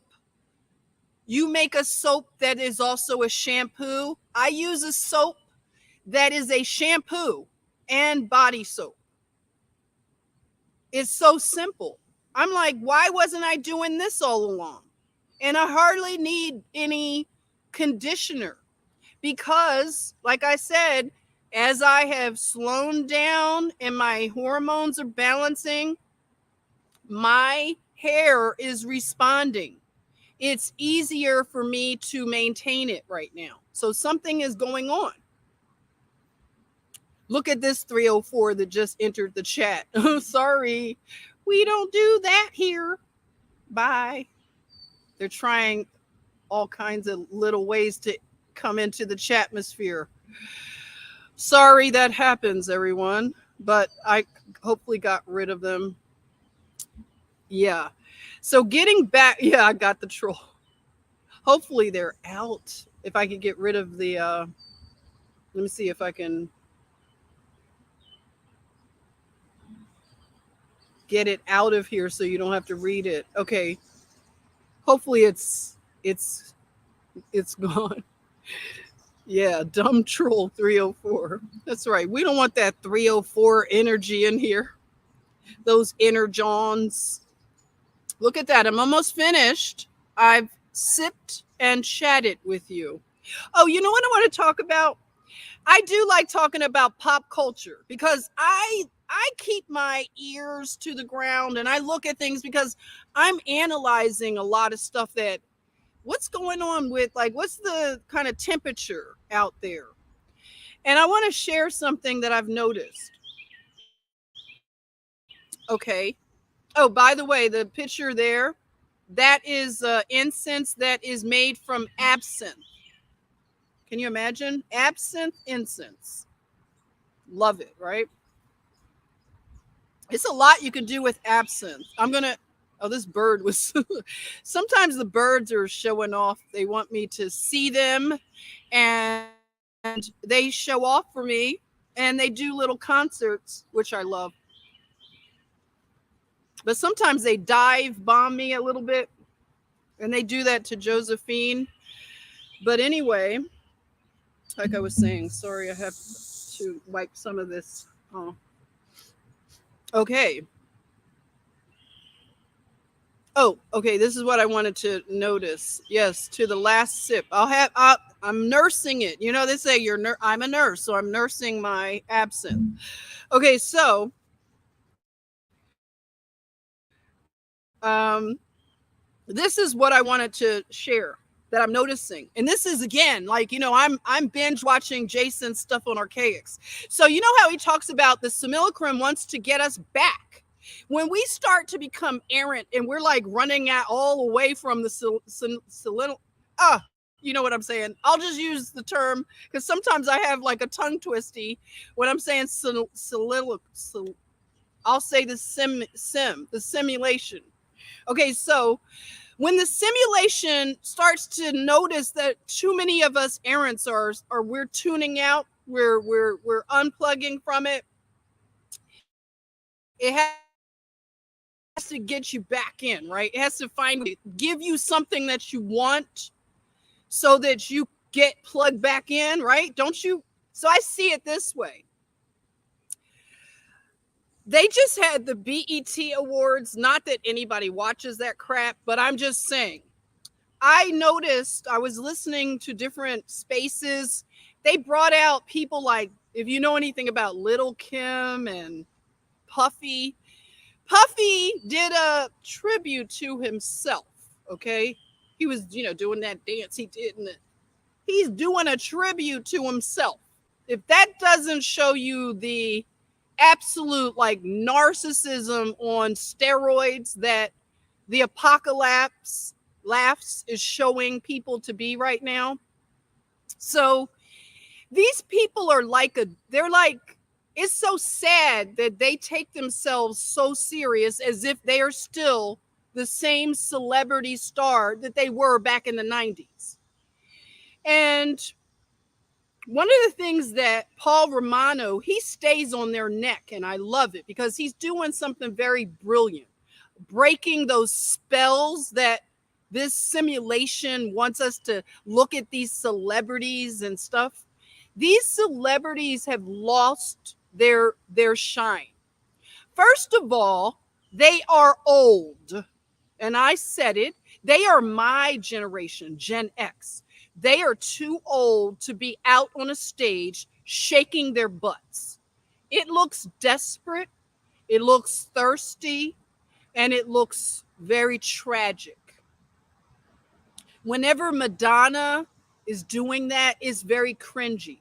It actually has like a secondhand embarrassment type of feature to it. So it's very hard to see someone doing that where you realize like this is what you did in the 80s. It's not cute anymore. So what we are seeing a collapsing of a system. And you know, people call it the end of the Kali Yuga, the various stages. We are coming to a end of that system. Whatever we saw before 2020, that is gone. And what people are trying to do is they're trying to bring it back. The nostalgia wants to pull you back.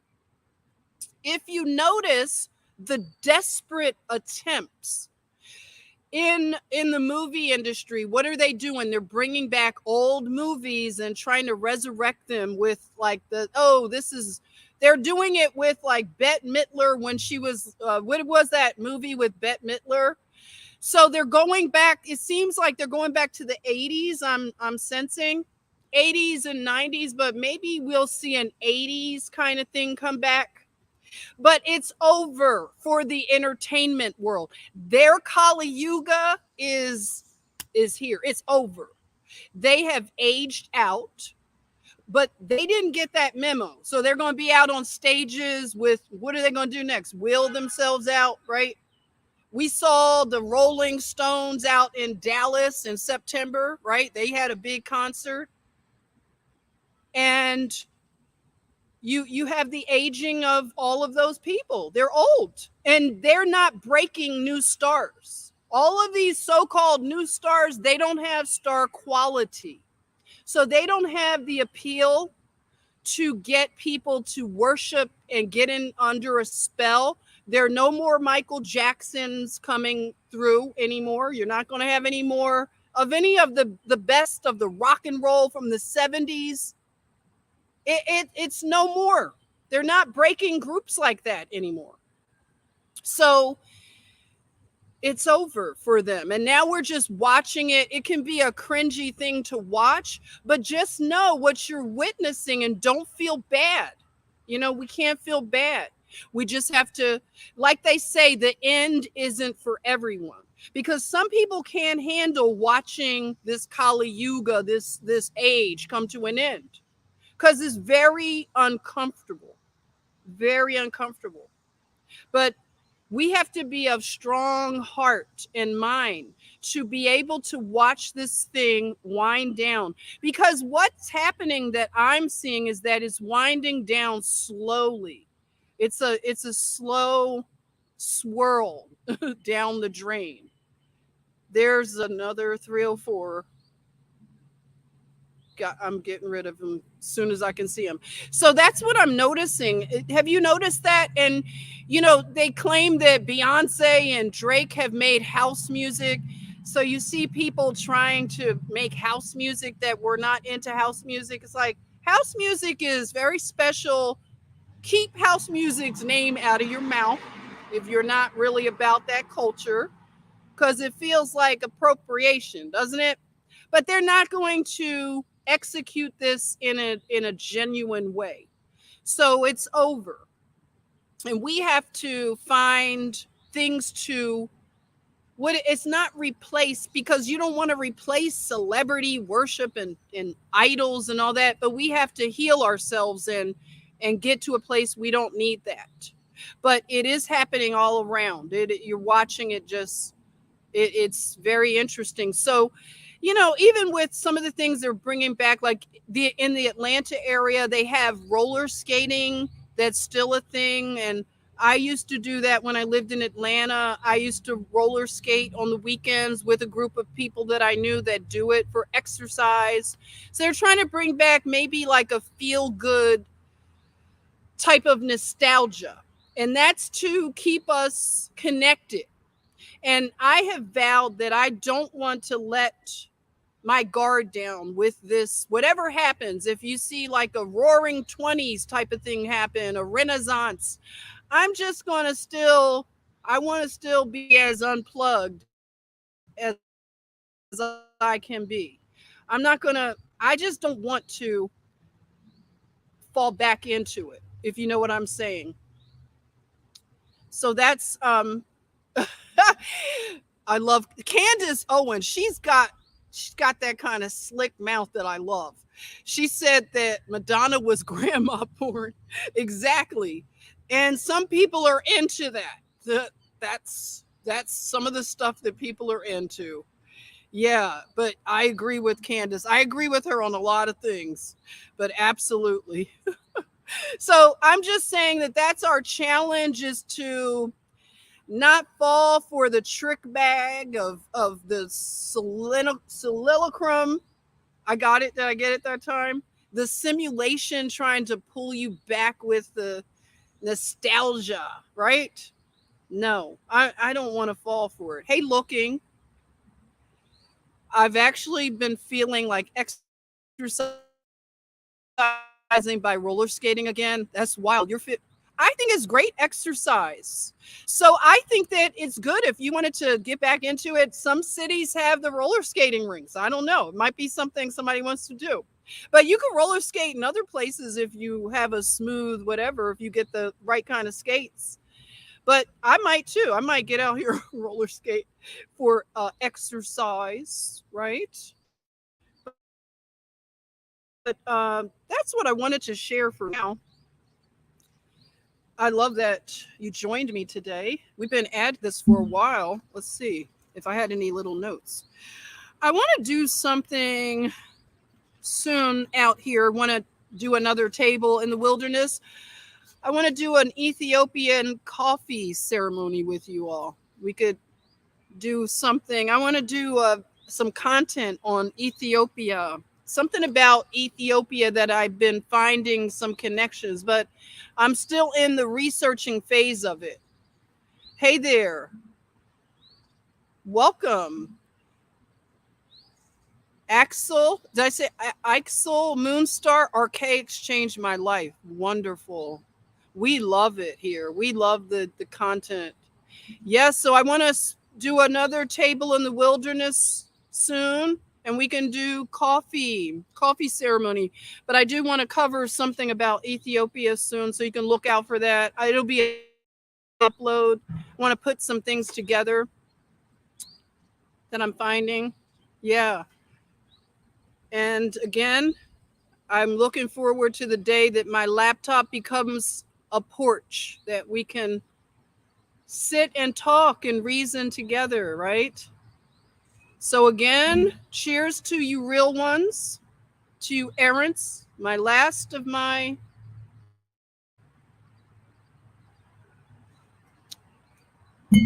absinthe. Thank you. Blue-eyed glances, you were into rollerblading. I never got into that, but I was roller skating. Rollerblading was harder. Your ankles had to be really strong. In the 90s, you're rebounding, bouncing. They had good music, right? Remember, roll, bounce, all that. It's good. Maybe, you never know. We might get into some nostalgia without getting plugged back into the sim, huh? Cheers, Joseph. Thank you for everything. Love you all. And I think that was it for all my little slides. Yeah. So going out on a something nice aroma. I hope you enjoy your dinner wherever you are. Love you all. And I will see you very, very, very soon. Looking forward to something coming up, okay? All right. Take care. Cheers.